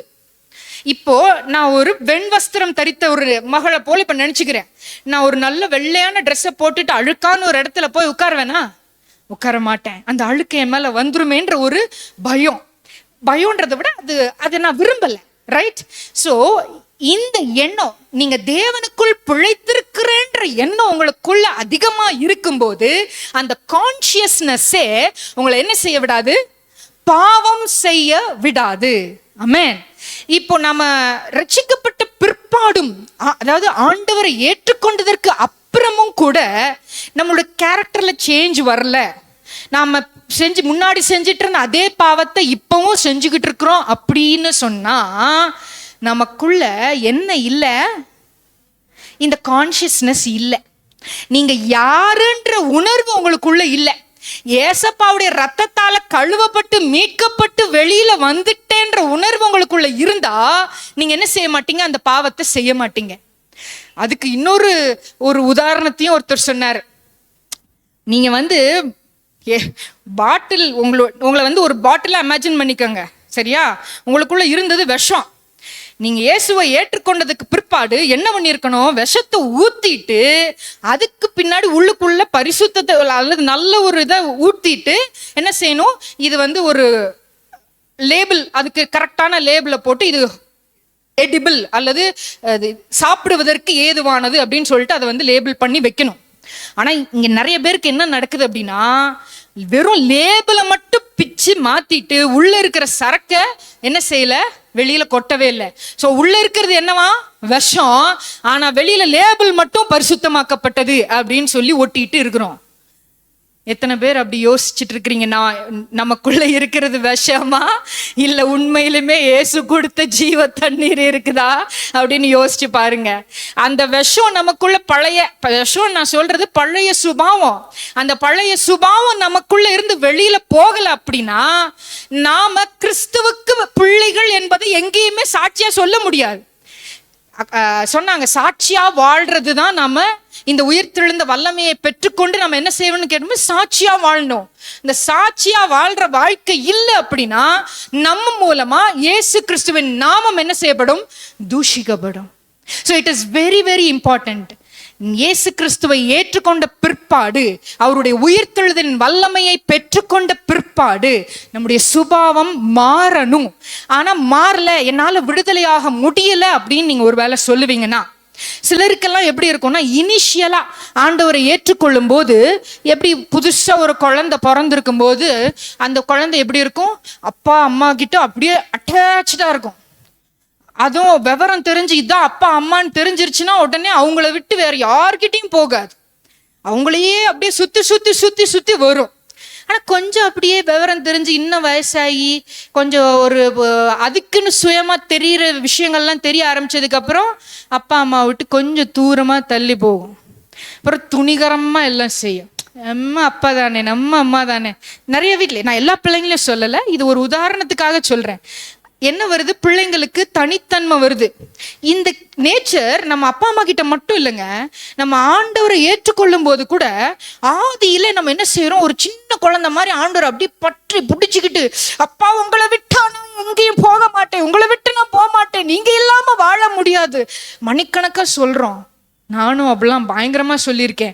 எனக்கே இப்போ அதெல்லாம் யோசிச்சு பார்க்கும்போது அத்தாடி இவ்வளோலாம் பேசியிருக்கோம் அப்படின்னு யோசிப்பேன் நான். ஏன்னா வாலிப நாட்களில் ஆண்டவரை ஏற்றுக்கொண்டதுனால ஒரு யூத் மீட்டிங்க்கு போயிட்டு வந்துட்டு வாசல்ல இருந்து என்னை பிடிச்சி இழுக்கிறாங்க. ஆனா நாங்க பேசிட்டு இருக்கிறேன், ஒருத்தர் வாழ்ந்தாலும் இயேசுவுக்காக செத்தாலும் இயேசுக்காக, அம்மா வாமா டைம் ஆச்சு போகணும் வா அப்படின்னு கூப்பிடுறாங்க. வாழ்ந்தாலும் இயேசுவுக்காக செத்தாலும் இயேசுவுக்காக பயங்கரமா டயலாக் எல்லாம் பேசிட்டு வந்து அதற்கு பிற்பாடு என்னோட லைஃப்ல நான் அந்த அளவுக்கு வாழ்ந்திருக்கிறேன்னு யோசிச்சு பார்த்தா no, many a times I have failed. even now இன்றைக்கு வரைக்கும் நிறைய நேரம் தோற்று போய் கொண்டே தான் இருக்கிறேன். ஆனால் இன்னைக்கு நான் ஆண்டவர்கிட்ட கேட்டேன். இந்த ஒரு பாஸ்ட் ஃபியூ மந்த்ஸா நான் ஆண்டவர்கிட்ட கேட்டுட்டு இருக்கிற விஷயமே எங்க போச்சு, அந்த அன்பு எங்க போச்சு? why I am not able to live a life that pleases Christ? ஆண்டவர் விரும்புகிற ஒரு வாழ்க்கையை என்னால் ஏன் வாழ முடியல? இந்த உயிர்த்தெழுந்த வல்லமை எங்க போச்சு, எங்க போச்சு அப்படின்னு நான் கேள்வி கேட்டுட்டு இருக்கும்போது தான் ஆண்டவர் எனக்கு இந்த மெசேஜ் கொடுக்குறாரு. இந்த மெசேஜ் நான் ப்ரிப்பேர் பண்ணும்போது சொன்னேன், ஆண்டவரே இதை சொல்றதுக்கு இம்மி அளவு கூட எனக்கு தகுதி கிடையாது, இதை ப்ராக்டிஸ் பண்ணாமல் நான் எப்படி போய் ப்ரீச் பண்ணுவேன் அப்படின்னு ஆண்டவர்கிட்ட கேட்கும் பொழுது, வசனம் இருபுறமும் கருக்குள்ளது, பேசுகிற உனக்கும் அது ஒன்றை சரி பண்ணுகிறதுக்கு உதவி செய்யும், கேட்கிற அவங்களுக்கும் அது உதவி செய்யும். But this is the message, இது உனக்கு கொடுத்ததை நீ மற்றவங்களுக்கும் சேர்த்து சொல்லுன்ற மாதிரி ஆண்டவர் என்னோடு பேசினார். இன்னைக்கு ஒருவேளை ஆண்டவரை ஏற்றுக்கொண்டதுக்கு பிற்பாடும் நான் விட்டுட்டு வரணும்னு நினைக்கிற சில காரியங்களை நான் விட்டுட்டு வரல, அல்லது என்னுடைய சுபாவங்கள் முழுவதுமாக மாறல அப்படின்னா நாம என்ன செய்கிறோம், உண்மையா கிறிஸ்துவுக்குள்ள வாழல, அவருக்கு பிரியமான ஒரு வாழ்க்கை வாழல. ரோமர் 8வது அதிகாரம் ஃபுல்லா செம்ம பிளாஸ்டுங்க. அந்த சாப்டர் படிக்கிறதுக்கே நமக்கு ஒரு தைரியம் வேணும். ஏன்னா அது அப்படி குத்திக்கிட்டே இருக்கும், ஒவ்வொரு வசனமும் அப்படியே டைரக்டா நம்மள குத்தும் இல்லைங்களா? எத்தனை பேர் அப்படி வாசிச்சிருக்கிறீங்கன்னு எனக்கு தெரியல. ரோமர் 8வது அதிகாரம், கிறிஸ்து இயேசுவினாலே ஜீவனுடைய ஆவியின் பிரமாணம் என்னை பாவம் மரணம் என்பவைகளின் பிரமாணத்தினின்று விடுதலையாக்கிற்றேன். இப்போ நான் கிறிஸ்து இயேசுவனுடைய ஜீவனை பெற்றுக்கொண்டு விட்டேன், right? Through his resurrection I have received his life, இல்லையா? அவருடைய ஆவி என்னோட ஆவியோட இணைஞ்சு என்னோட ஆவியும் உயிர்ப்பிக்கப்பட்டுருச்சு. இப்போ நான் ஜீவனை பெற்றுக்கொண்டேன். So I have received what? Life. Life of Christ எனக்குள்ள வந்துருச்சு. வந்ததுக்கு பிற்பாடு எனக்கு என்ன வந்துருச்சு? பாவத்திலிருந்தும் மரணத்திலிருந்தும் எனக்கு என்ன கிடைச்சிருச்சு? விடுதலை கிடைச்சிருச்சு. இப்ப நாம என்ன, 3வது வசனம் வேண்டாம், 4வது வசனத்துக்கு வாங்க. மாம்சத்தின் படி நடவாமல் ஆவியின் படி நடக்கிற நம்மிடத்தில், ஓகே அதுவும் வேண்டாம், 5வது வசனம், அன்றியும் மாம்சத்தின்படி நடக்கிறவர்கள் மாம்சத்துக்குரியவைகளை சிந்திக்கிறார்கள், ஆவியின்படி நடக்கிறவர்களோ ஆவிக்குரியவைகளை சிந்திக்கிறார்கள். மாம்ச சிந்தை மரணம், ஆவியின் சிந்தையோ ஜீவனும் சமாதானமும். இப்படி மாம்ச சிந்தையும் மாம்சத்துல நடக்கிறவங்களை பத்தியும் ஆவியின்படி நடக்கிறவர்களோடு ஒப்பிட்டு ஒப்பிட்டு இந்த சாப்டர் ஃபுல்லா அப்படியே பேசிட்டே வர்றார். 9வது வசனத்துல சொல்றார், தேவனுடைய ஆவி உங்களில் வாசமா இருந்தால் நீங்கள் மாம்சத்துக்கு உட்பட்டவர்களாய் இராமல் ஆவிக்குட்பட்டவர்களாய் இருப்பீர்கள். கிறிஸ்துவின் ஆவி இல்லாதவன் அவருடையவன் அல்ல. Underline that point. கிறிஸ்துவின் ஆவி இல்லாதவன் அவருடையவன் அல்ல. இப்ப இதை தான் முதல்ல சொல்லிட்டு அதுக்கு கீழே இந்த வசனத்தை வாசிக்கணும். தேவனுடைய ஆவி உங்களில் வாசமா இருந்தால் நீங்கள் மாம்சத்துக்கு உட்பட்டவர்களாயிராமல் ஆவிக்குட்பட்டவர்களாய் இருப்பீர்கள். இப்போ கிறிஸ்துவின் ஆவி எனக்குள்ள இருக்குது அப்படின்னு நான் சொல்லிட்டேன். கிறிஸ்துவின் ஆவி எனக்குள்ள வந்துருச்சு. அப்படி அந்த ஆவி எனக்குள்ள இருந்துச்சுன்னா நான் எப்படி இருக்க மாட்டேன்? மாம்சத்துக்கு உட்பட்டவனா இருக்க மாட்டேன். நான் எப்படி இருப்பேன்? ஆவிக்குட்பட்டவனாகத்தான் இருப்பேன். ஒருவேளை நான் கிறிஸ்துவை ஏற்றுக்கொண்டு எல்லாம் அவருடைய அப்பா, அவர் என்னோட அப்பா, நான் அவரோட பிள்ளை அப்படின்னு எல்லாம் சொன்னதற்கு பிற்பாடும் என்னுடைய மாம்சம் விரும்புகிறத நான் செய்வேன் அப்படின்னா நான் கிறிஸ்துவின் ஆவி உடையவனா? If I do something that is not pleasing to God after receiving the Spirit of God, then I cannot என்ன செய்ய முடியாது? I cannot proclaim that I have the Spirit of God, right? ஏன்னா கிறிஸ்துவின் ஆவி இருக்கிறவன் என்ன செய்ய முடியாது? மாம்சத்துக்குரிய காரியத்தை செய்ய முடியாதுங்கிறார். கிறிஸ்துவின் ஆவி இருந்துச்சுன்னா நீ ஃப்ளஷ்ல செய்யற ஒவ்வொரு காரியத்தையும் தப்புன்னு அது உணர்த்தி கொண்டே இருக்கும். நான் உணர்த்துதலை பெற்றுக்கொண்டேன் அப்படின்னா இப்ப நீங்க செய்ய முடியாதுங்கிறத தாண்டி ஒரு வேலை நீங்க செஞ்சீங்கன்னா கூட அதை உணர்த்தி கொண்டே இருக்கும் அந்த விஷயம். ஸோ இம்மீடியட்டா நம்ம என்ன செய்வோம்? அந்த காரியத்தை விட்டு வெளியில சரண்டர் பண்ணி ஆண்டவர்ட்ட ஒப்பு கொடுத்து அது ஒப்புரவாகிறோம். ஒவ்வொரு நாளும் அந்த காரியம் ஒப்புரவாகுதல்ங்கிறது நடந்துகிட்டே இருக்கும். Every day we have to reconcile with God for every single mistake. நம்ம தெரிஞ்சோ தெரியாமலோ நிறைய விஷயம் நம்ம செய்வோம் சில நேரங்கள்ல. ஆனா முழு மனதோடு கூட என்னுடைய ஃப்ளஷ்ல வர்ற எல்லா டிசையர்ஸையும் நான் ஃபுல்ஃபில் பண்ணணும்னு சொல்லி அதுக்கு கம்ப்ளீட்டா நான் ஈல்ட் பண்றேன் அப்படின்னா I am not living in the spirit of God. Okay, அப்ப கிறிஸ்துவின் ஆவி எனக்குள்ள இல்லைன்னா நான் அவருடைய பிள்ளைன்னு சொல்லிக்க முடியாது. இந்த விஷயம் நமக்குள்ள ஒவ்வொரு நாளும் ஓடிக்கிட்டே இருந்துச்சுன்னு வச்சுக்கோங்களேன். ஐயோ இந்த காரியத்தை நான் செய்யறேன்னு, இவ்வளவு துணிகரமா நான் செய்யறேன்னு, இது ஆண்டவருக்கு விரோதமான ஒரு காரியமாச்சே, இதை நான் செஞ்சுட்டு நான் தைரியமா போய் மற்றவங்களுக்கு முன்னாடி நான் ஆண்டவரோட புள்ளன்னு சொல்லி பெருமை பீத்திக்கிட்டேன்னு வச்சுக்கோங்களேன். அவனுக்கு வேணா தெரியாம இருக்கலாம், பிசாசு ஒருத்தன் பார்த்துக்கிட்டே இருக்கான். எல்லாம் எங்க வச்சு கல்லால் அடிக்கணுமோ அடிச்சு அவமானப்படுத்திடுவான் நம்மள. நிறைய நேரங்கள்ல அப்படி அவமானங்கள்லாம் நடந்திருக்கும். அதனால நம்ம ஒவ்வொரு நாளும் என்ன செய்யணும்? அவன் அவமானப்படுத்துறதுக்கு முன்னாடி அவனுடைய வல்லமையை ஏற்கனவே உரிந்து விட்டார். அவன் தான் நம்ம தூண்டிட்டே இருப்பான். வெளியில இருந்து அவன் இப்ப முன்னாடியாவது நம்மளை எப்படி வஞ்சித்து கொண்டு இருந்தான்னா நமக்கு உள்ளேயே இருந்தான். பிஃபோர் அக்செப்டிங் கிரைஸ்ட் சாத்தான் எங்க இருந்தான்? அவன் தான் நமக்கு உள்ள இருந்தான். ஆனா இயேசுவை ஏற்றுக்கொண்டதுக்கு பிற்பாடு இப்போ இயேசு எங்க இருக்கிறாரு? அவர் நமக்கு உள்ள வாழ்ந்து கொண்டிருக்கிறார். சாத்தான் இப்ப எங்க இருந்து நம்மளை தூண்டுறான்? வெளியில இருந்து தான் தூண்டுறான். அப்ப அது இன்னும் பெட்டரா இல்லையா? இயேசு சொல்ற, டேய் இந்த பார், பிசாசு உன்னை தூண்டுறான், இது கேட்காத அப்படின்னு சொல்லும் போதே இந்த ஃபர்ஸ்ட் காலுக்கே நம்ம என்ன செஞ்சிடணும்? ரெஸ்பாண்ட் பண்ணிடணும். ரெஸ்பாண்ட் பண்ணல அப்படின்னா நம்ம அடுத்து துணிகரமா இன்னொரு விஷயத்த செய்ய செய்ய செய்ய என்ன ஆகும்னா அது பயமே எல்லாம் போயிடும். அப்புறம் ஆண்டவர் என்ன செய்வாரு? அவர் சைலண்ட் ஆயிடுவார். அது நிறைய பேர் அதை கூட என்ன சொல்றாங்க, வெளியில போயிடுவார். ஆனா ஆண்டவர் ஒரு தடவை உள்ள வந்துட்டாருன்னா சாகர வரைக்கும் உங்களை விட்டு போக மாட்டார். என்னன்னா அவருடைய சத்தம் நமக்கு கேட்காத அளவுக்கு இந்த பாவத்தின் சத்தம் மேற்கொண்டுரும். அதனாலதான் அவருடைய சத்தம் என்ன செய்யுது? அப்படியே அமுங்கி போயிடுது. We are not able to hear God. அவருடைய சத்தம் கேட்காம கேட்காம போக போக போக போக நாளுக்கு நாள் என்ன செய்யறோம்?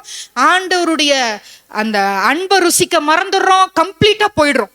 அதுவும் இப்போ இந்த காலத்துல எல்லாருக்கும் இருக்கிற ஒரு பெரிய பிரச்சனை என்னது? Mobile, Instagram, Facebook, YouTube, WhatsApp, இன்னும் என்னென்னவோ வந்திருக்கு. எக்கச்சக்கமா ஆப்ஸ் எல்லாம் இருக்குது. இது இல்லையா அது, அது இல்லையா இது, எல்லாத்துலயும் ரீல்ஸு, ஷார்ட்ஸு, இந்த ஷார்ட்ஸ்லேயே எவ்வளவோ அடிமையாகி அதுல இருந்து வெளியில வர்றது, அது ரியலைசேஷன் இருக்க மாட்டேங்குது நமக்கு. நம்ம அதில் மாட்டிக்கிட்டு இருக்கிறோம், நம்மளை அதுக்கு அடிமையாக இருக்கிறோன்றது வந்து நமக்கு தெரியவே மாட்டேங்குது. பாத்ரூமுக்கு போனால் கூட அதை எடுத்துகிட்டு போய் உட்காந்து அங்கே டைம் பாஸ் பண்ணுறோம். சிலர் என்ன சொல்கிறாங்கன்னா, ஆவிக்குரிய காரியங்களை தான் நான் பார்த்து கொண்டிருக்கிறேன்னு சொல்லி பல மணி நேரம் ஆண்டவர்கிட்ட பேசுறதை விட்டுட்டு என்ன செய்கிறாங்கன்னா அதை தான் பார்த்துட்டு இருக்கிறாங்க. நான் மெசேஜ் கேட்குறேன்னு சொல்லிட்டு 24 மணி நேரமும் நம்ம என்ன செய்கிறோம், மொபைலை பார்க்குறோம். அப்படி அந்த மெசேஜ் பார்த்துக்கிட்டு கீழே எக்ஸ்ட்ரா ஒரு விஷயம் ஏதாவது சஜஷன் வரும். அது குக்கிங் வீடியோ தானே அப்படின்னு போய் பார்ப்போம். அந்த குக்கிங்க்கு மேலே அப்புறம் வந்து ஹவுஸ் ஆர்கனைசேஷன் ஒன்று கொண்டு வரும். இப்படி அதுக்கு மேலே ஒன்று அப்புறம் காமெடி தானே அப்படின்னு சொல்லிட்டு காமெடி உள்ளுக்குள்ளே வரும். அந்த காமெடியோடு சேர்ந்து ஒரு 4 சினிமா சீன் வரும், அப்புறம் ரொமான்டிக் சீன் வரும். இப்படியே பாவம் அப்படியே தந்திரமாக இழுத்து ஒரு நாள் நம்ம அதில் மாட்டிக்கிட்டு இருப்போம். ஆனால் கேட்டால் நான் அதெல்லாம் பார்க்கறதே கிடையாது, நான் எந்த அடிக்ஷன்லையும் இல்லைன்னு நம்ம கண்டிப்பா சொல்றோம். அப்படி சொல்றோம் அப்படின்னாலே கண்டிப்பா மாட்டிட்டு இருக்கோம்னு அர்த்தம். இது ஒரு உதாரணம் தான் நான் சொல்றேன். வீட்டில் இருக்கிறவங்களுக்கு இது ஒரு உதாரணம். ஆனா வெளியில வாலிப பிள்ளைங்க, நீங்க அதே மாதிரி எத்தனையோ விஷயங்கள்ல நீங்க மாற்றுறதுக்கு உங்களுக்கு நிறைய காரியங்கள் இருக்குது. ஃப்ரெண்ட்ஸ் சும்மா கூப்பிடுறாங்க அப்படின்னு நீங்க போவீங்க. ஃபர்ஸ்ட் சும்மா ஃப்ரூட் ஜூஸ்ன்னு ஆரம்பிக்கும், அப்புறம் அது எந்த பார்ல கொண்டு போய் விடுமோ தெரியாது. இன்னைக்கு ஆண்கள் பெண்கள்ன்ற வித்தியாசமெல்லாம் இல்லை, எல்லாருக்கும் எல்லாம் ஈக்குவாலிட்டிங்கிறது வந்து இப்போ வந்து தப்பு பண்றதுலயும் ஃபுல் ஈக்குவாலிட்டி. வெறும் அட்மினிஸ்ட்ரேஷன் இல்லை மற்ற ரைட்ஸு அந்த இதுலலாம் ஈக்குவாலிட்டி இப்போ கேட்கறது இல்லை. நாங்களும் வந்து என்ன செய்வோம், தண்ணி அடிப்போம், தம் அடிப்போம், கஞ்சா அடிப்போம், என்ன வேணா செய்வோம், அதுதான் எங்களுக்கு கிடைக்கிற சுதந்திரம் அப்படின்னு சொல்லிட்டு நிறைய பெண்கள்லாம் இப்போ பேசிட்டு இருக்கிறாங்க. ஸோ அந்த அளவுக்கு பிசாசு என்ன செய்யறான், வஞ்சிக்கிறான். இன்னும் ஒரு சில கூட்டம் வந்து இப்ப எழும்பிருச்சு, நீ என்ன பாவம் செஞ்சாலும் ஆண்டவர் உன்னை மன்னிச்சிருவார். சோ இன்னைக்கு பாவத்தை செஞ்சுட்டு நீ போய் என்ன செஞ்சுடு, மன்னிப்பு கேட்டுரு. அப்படி தெரிஞ்சு நீங்க பண்ணீங்க அப்படின்னா அது எப்படி தெரியுமா, பைபிள் ஒரு வசனம் இருக்கு, இயேசுவுக்கு விரோதமான தூஷணம் மன்னிக்கப்பட்டுருமா, பிதாவுக்கு விரோதமா ஒருத்தன் சொன்னா கூட மன்னிக்கப்படும், ஆவிக்கு விரோதமா ஒருத்தன் தூஷணம் சொன்னான்னா அது மன்னிக்கப்படாதுன்னு இருக்கு. அந்த காரியத்துக்கு சமமான விஷயம் அது. துணிகரமா ஒரு விஷயத்த தெரிஞ்சு நான் ஆண்டவர்கிட்ட போய் மன்னிப்பு கேட்டுக்குவேன் அப்படின்னு சொல்லி தைரியமா ஒரு விஷயத்த நீங்க செஞ்சீங்க அப்படின்னா அது வந்து அத்துமீறல். அப்ப ஆண்டவர் வந்து உங்களுடைய எண்ணங்களை பார்த்து கொண்டிருக்கிறார். ஸோ முதல்ல நீங்க செய்ய வேண்டியது உங்க எண்ணங்கள்ல என்ன செய்யணும், you have to bring that consciousness that I am alive in Christ. நான் கிறிஸ்துவுக்குள் பிழைத்திருக்கிறேன். பாவம் எனக்குள்ள என்ன செஞ்சிருச்சு, மரிச்சு போயிருக்கிற பாவத்தை நம்ம என்ன செய்யக்கூடாதுன்னா தட்டி எழுப்பி அதை உயிருக்கு கொண்டு வராதீங்க தயவு செய்து. அதுக்கு நிரந்தரமா RIP போட்டு மூடிடணும். ஓகே, அந்த RIP போட்டு மூடணும்னா அதுக்கு நமக்கு தேவை ஃபர்ஸ்ட் திங் கான்ஷியஸ்னஸ். ரெண்டாவதாக நாம என்ன செய்யணும், வாயினால ஒவ்வொரு நாளும் அதை அறிக்கை பண்ணிட்டே இருக்கணும். ஆண்டவரோடு எனக்குள்ள இருக்கிற உறவினால நான் என்ன செய்திருக்கிறேன், பாவத்துக்கு மரித்து நீதிக்கு பிழைத்திருக்கிறேன். இப்ப நம்ம கிறிஸ்துவை ஏற்றுக்கொள்வதற்கு முன்பாக பாவத்துக்கு அடிமைகளா இருந்தோம், பிசாசுக்கு அடிமைகளா இருந்தோம். இப்ப ஆண்டவர் நம்மளை மாற்றிட்டதுனால அவருக்கு என்ன மாறிட்டோம், ஜஸ்ட் லீடர்ஷிப் சேஞ்ச் ஆயிருக்கு. இப்ப ஜீசஸ்க்கு நம்ம அடிமைகளா மாறிட்டோம். அவர் நம்மள பிள்ளையாதான் வாங்கி வச்சிருக்கிறாரு. ஆனா நாம எப்படி நினைக்கணும்னா அவருக்கு அடிமையாக நம்ம ஒப்பு கொடுங்கன்னு சொல்லி வசனம் சொல்லுது. ரோமர்ல அது எழுதப்பட்டிருக்கு, கிறிஸ்துவுக்கு நீதிக்கு அடிமைகளாய் உங்களை ஒப்பு கொடுங்கள்னு ரோமர் 6வது அதிகாரத்துல இருக்குது ஒரு வசனத்துல. ஆகவே நீங்க என்ன செய்யணும், என்னதான் அவருடைய பிள்ளையா இருந்தாலும் தேவனுடைய நீதிக்கு உன்னை அடிமையாக ஒப்பு கொடுங்க. அடிமைன்னா என்ன செய்யணும் தெரியுமா, இதை போய் எடுத்துட்டு வான்னு சொன்னா எடுத்துட்டு வரணும், ஒரு 10 தடவை போன்னு சொன்னாலும் போயிட்டு வந்துதான் ஆகணும். ஏன்னா அந்த அடிமையை எப்படி வாங்குறாங்க, காசு கொடுத்து வாங்குவாங்க. பழைய காலத்துலலாம் இப்ப நம்ம எப்படி மிக்சி கிரைண்டர்லாம் போய் ஆக்ஷன்ல வாங்கிட்டு வரோமோ அந்த மாதிரி மனுஷங்களை அப்பெல்லாம் விற்பாங்க. அந்த மனுஷங்களை காசு கொடுத்து வாங்கிட்டு வந்து அடிமையா வச்சிருந்தாங்கன்னா அந்த மனுஷங்க அவங்களுக்கு குறிப்பிட்ட இவங்களா விடுதலை ஆக்குற வரைக்கும் அந்த ஒரு குறிப்பிட்ட நபருக்கு, அந்த எஜமானுக்கு கீழே என்ன சொன்னாலும் செய்யணும். கரெக்டா? அதே போல இப்ப நீங்க நீதிக்கு அடிமைகளாய் மாறிட்டீங்க அப்படின்னா இப்ப என்ன செய்யணும், இந்த நீதி என்னெல்லாம் சொல்லுதோ அது எல்லாத்தையும் அப்படியே செய்யணும். ஆமென். அதை அப்படியே செஞ்சா மட்டும்தான் நாம என்ன செய்ய முடியும்? கிறிஸ்துவுக்கு அடிமைகள்னு நம்ம சொல்லிக்க முடியும். ஆமென். இப்ப இந்த அடிமைகளா மாறுறதுன்னு உடனே நமக்கு வந்து கொஞ்சம் கஷ்டமா இருக்கும். அடிமையாலாம் எப்படி இருக்கிறது? நான் புள்ளையா இருக்கிறது தான் எனக்கு பிடிக்கும். புள்ளையாதான் இருக்க சொல்றாரு ஆண்டவர். ஆனா ரோமர் 8ஆம் அதிகாரத்துல பாருங்க, 17ஆம் வசனத்துல, அதுக்கு மேலதான் 15ல தான் அவர் சொல்வாரு, நீங்க அடிமைத்தனத்தின் ஆவியை பெறாமல் அப்பா பிதாவேன்னு கூப்பிட பண்ற புத்திர சுவிகாரத்தின் ஆவியை பெற்றீர்கள். ஆனா 17ல என்ன சொல்றாருன்னா, நாம பிள்ளைங்க அப்படின்னா சுதந்திரருமாமே. பிள்ளைங்கன்னா நமக்கு என்ன இருக்கு? நமக்கு இன்ஹெரிட்டன்ஸ் ரைட்ஸ் இருக்கா? அப்பா அம்மாவுடையது என்னவோ அந்த ப்ராப்பர்ட்டியில எனக்கு ரைட்ஸ் இருக்குது, நான் அதை சுதந்திரித்து கொள்ள முடியும். இப்ப தேவனுடைய சுதந்திரரும், அப்ப தேவனுடையது எல்லாம் நமக்கு உண்டு. கிறிஸ்துவுக்கு உடன் சுதந்திரர். ஏன்னா கிறிஸ்து நமக்கு மூத்த சகோதரனா மாறிடுறாரு. இப்ப நாம வந்து அவருக்கு தம்பி தங்கச்சியா மாறிட்டோம் இல்லையா? அப்போ கிறிஸ்துவு கூட சேர்ந்து அவருக்கு என்னெல்லாம் கிடைக்குமோ அதெல்லாம் நமக்கும் கிடைக்குது. உடன் சுதந்திரமா மாறிட்டோம். அது எப்ப கிடைக்குமா? கிறிஸ்துவுடனே கூட நாம் மகிமைப்படும்படிக்கு அவருடனே கூட பாடுபட்டால் அப்படி ஆகும். ஆமென். கிறிஸ்துவோடு அந்த மகிமையும் நமக்கும் வேணும் அப்படின்னா நாம் என்ன செய்யணும்? கிறிஸ்து எப்படி பாடுபட்டாரோ அதே போல நாமும் பாடுபட்டால், அதாவது கிறிஸ்து சிலுவையை சுமந்து தீர்த்தது போல நாம சிலுவையெல்லாம் சுமக்க வேண்டாம். அவரவர் வாழ்க்கையில கடந்து போக வேண்டிய சில பாதைகள், அந்த பாதைகள்ல சில உபத்திரவங்கள் நம்மை நெறிப்படுத்துவதற்காக, சரிப்படுத்துவதற்காக, நம்ம இன்னும் அவருக்கு பிரியமான அழகான பாத்திரமா வணைந்து கொள்வதற்காக அவர் ரொம்ப அழகா ஒரு பியூட்டிஃபுல்லா ஒரு இதை வந்து அவர் கிரியேட் பண்ணியிருப்பார். அது நமக்கு வேணா கஷ்டமா தெரியலாம். ஆனா அவருக்காக நீங்க அதை ஏற்றுக்கொண்டால், அந்த பாடுகளை நீங்க படும் பொழுது நீங்க என்ன செய்வீங்க? இதெல்லாம் ஏசப்பா நமக்கு கொடுக்கணும்னு வச்சிருக்கிறாரோ அது எல்லாத்தையும் அப்படியே என்ன செய்ய முடியும்? பெற்றுக்கொள்ள முடியும். ஸோ இட் இஸ் பெட்டர், ஆண்டவரே உம்முடைய நீதிக்கு அடிமையாக நான் ஒப்பு கொடுக்கிறேன்னு இன்னைக்கு ஒப்பு கொடுத்துட்டீங்கன்னா அந்த பாடுகளை சகிப்பது உங்களுக்கு கஷ்டமா இருக்காது. நீங்க நான் உங்க புள்ளதான் ஆண்டவரே, நான் கஷ்டப்படுறதை நீங்க எப்படி பார்த்துக்கிட்டு இருக்கிறீங்க? நிறைய பேர் அப்படிலாம் கேட்பாங்க. பிள்ளையா இருந்தா அவர் பாடுபட்ட மாதிரி நாமும் பாடுபட்டால்தான் அவருக்கு என்ன கிடைச்சிச்சோ அந்த மகிமை நமக்கும் கிடைக்கும்னு சொல்லப்பட்டிருக்கு. ஆகவே கர்த்தர் இன்றைக்கு சொல்லுகிறபடி உங்களுடைய அவயவங்களை நீதிக்கு ஒப்பு கொடுங்க. அடிமைத்தனத்தின் வாழ்க்கையை விட்டு வெளியில வந்து கிறிஸ்துவுக்கு அடிமையா இருக்கிறது ரொம்ப ஈஸி. ஏன்னா கிறிஸ்து நமக்கு ஹெல்ப் பண்ணுவார். சாத்தான் நம்மள அடிப்பான், நீ செய்யலைன்னா அடி மிதி வந்து எல்லாருக்கு முன்னாடி வச்சு அவமானப்படுத்துவான். ஏசப்பாவுக்கு அடிமையா இருந்தா அவர் என்ன செய்ய மாட்டாரு? துன்பப்படுத்த மாட்டார். நீங்க கண் கலங்கி நிற்கும் போது உங்க கண்ணீரை துடைப்பார்.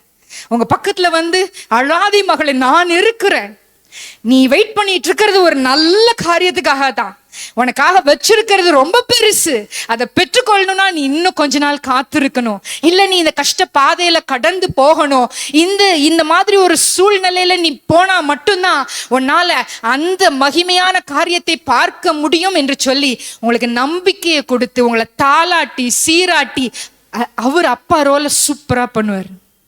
அவர் மாதிரி யாருனாலையும் செய்ய முடியவே முடியாது.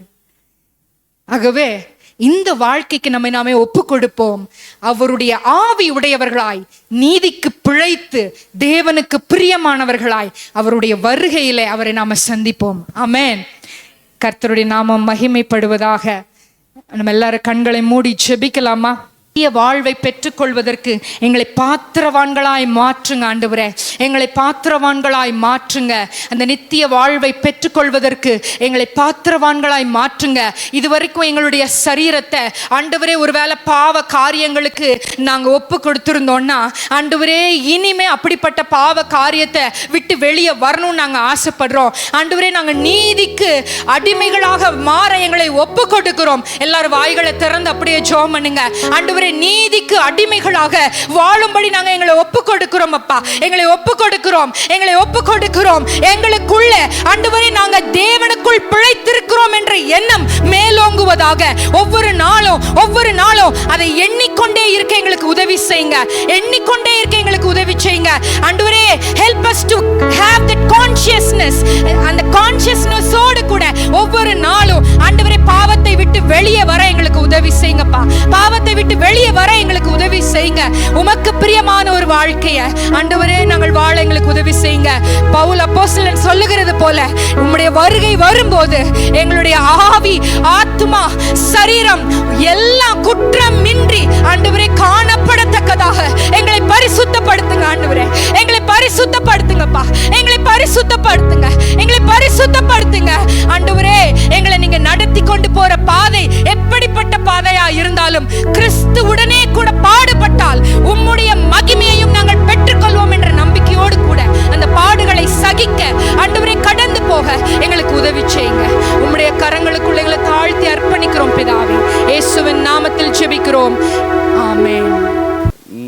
நம் மத்தியில் வந்து காட்ஸ் ஃபயர் மினிஸ்ட்ரி அப்படின்னு சொல்லி ஒரு மினிஸ்ட்ரியை நடத்திட்டு இருக்கிற ஒரு ஃபேமிலியில் பாஸ்டர் ஹெப்சிபா வந்திருக்காங்க. எல்லாரும் கை தட்டி அவங்கள வரவேற்கலாமா? அல்லேலூயா, பிரைஸ் தி லார்ட். நம்ம எல்லாம் அப்படியே ஒரு நிமிஷம் ஆண்டவரை நோக்கி பார்ப்போமாக. கர்த்தருடைய வார்த்தை இந்த இடத்துல அலையலையாய் கர்த்தர் கொண்டு வந்து கொடுத்தார். எல்லாரும் ஒரு நிமிஷம். அல்லேலூயா. வேதம் சொல்லுகிறது, இந்த தீர்க்க தரிசன வார்த்தைகளை கவனமாய் நீ செவி கொடுப்பாயானால் இப்பொழுது சொல்லப்படும் ஆசீர்வாதங்கள் எல்லாம் உன்மேல் வந்து பழிக்கும். அருமையான கர்த்தருடைய பிள்ளைகளே, இந்த வார்த்தை ஏதோ போக்குவரவுமாய் இருக்கக்கூடிய வார்த்தை அல்ல.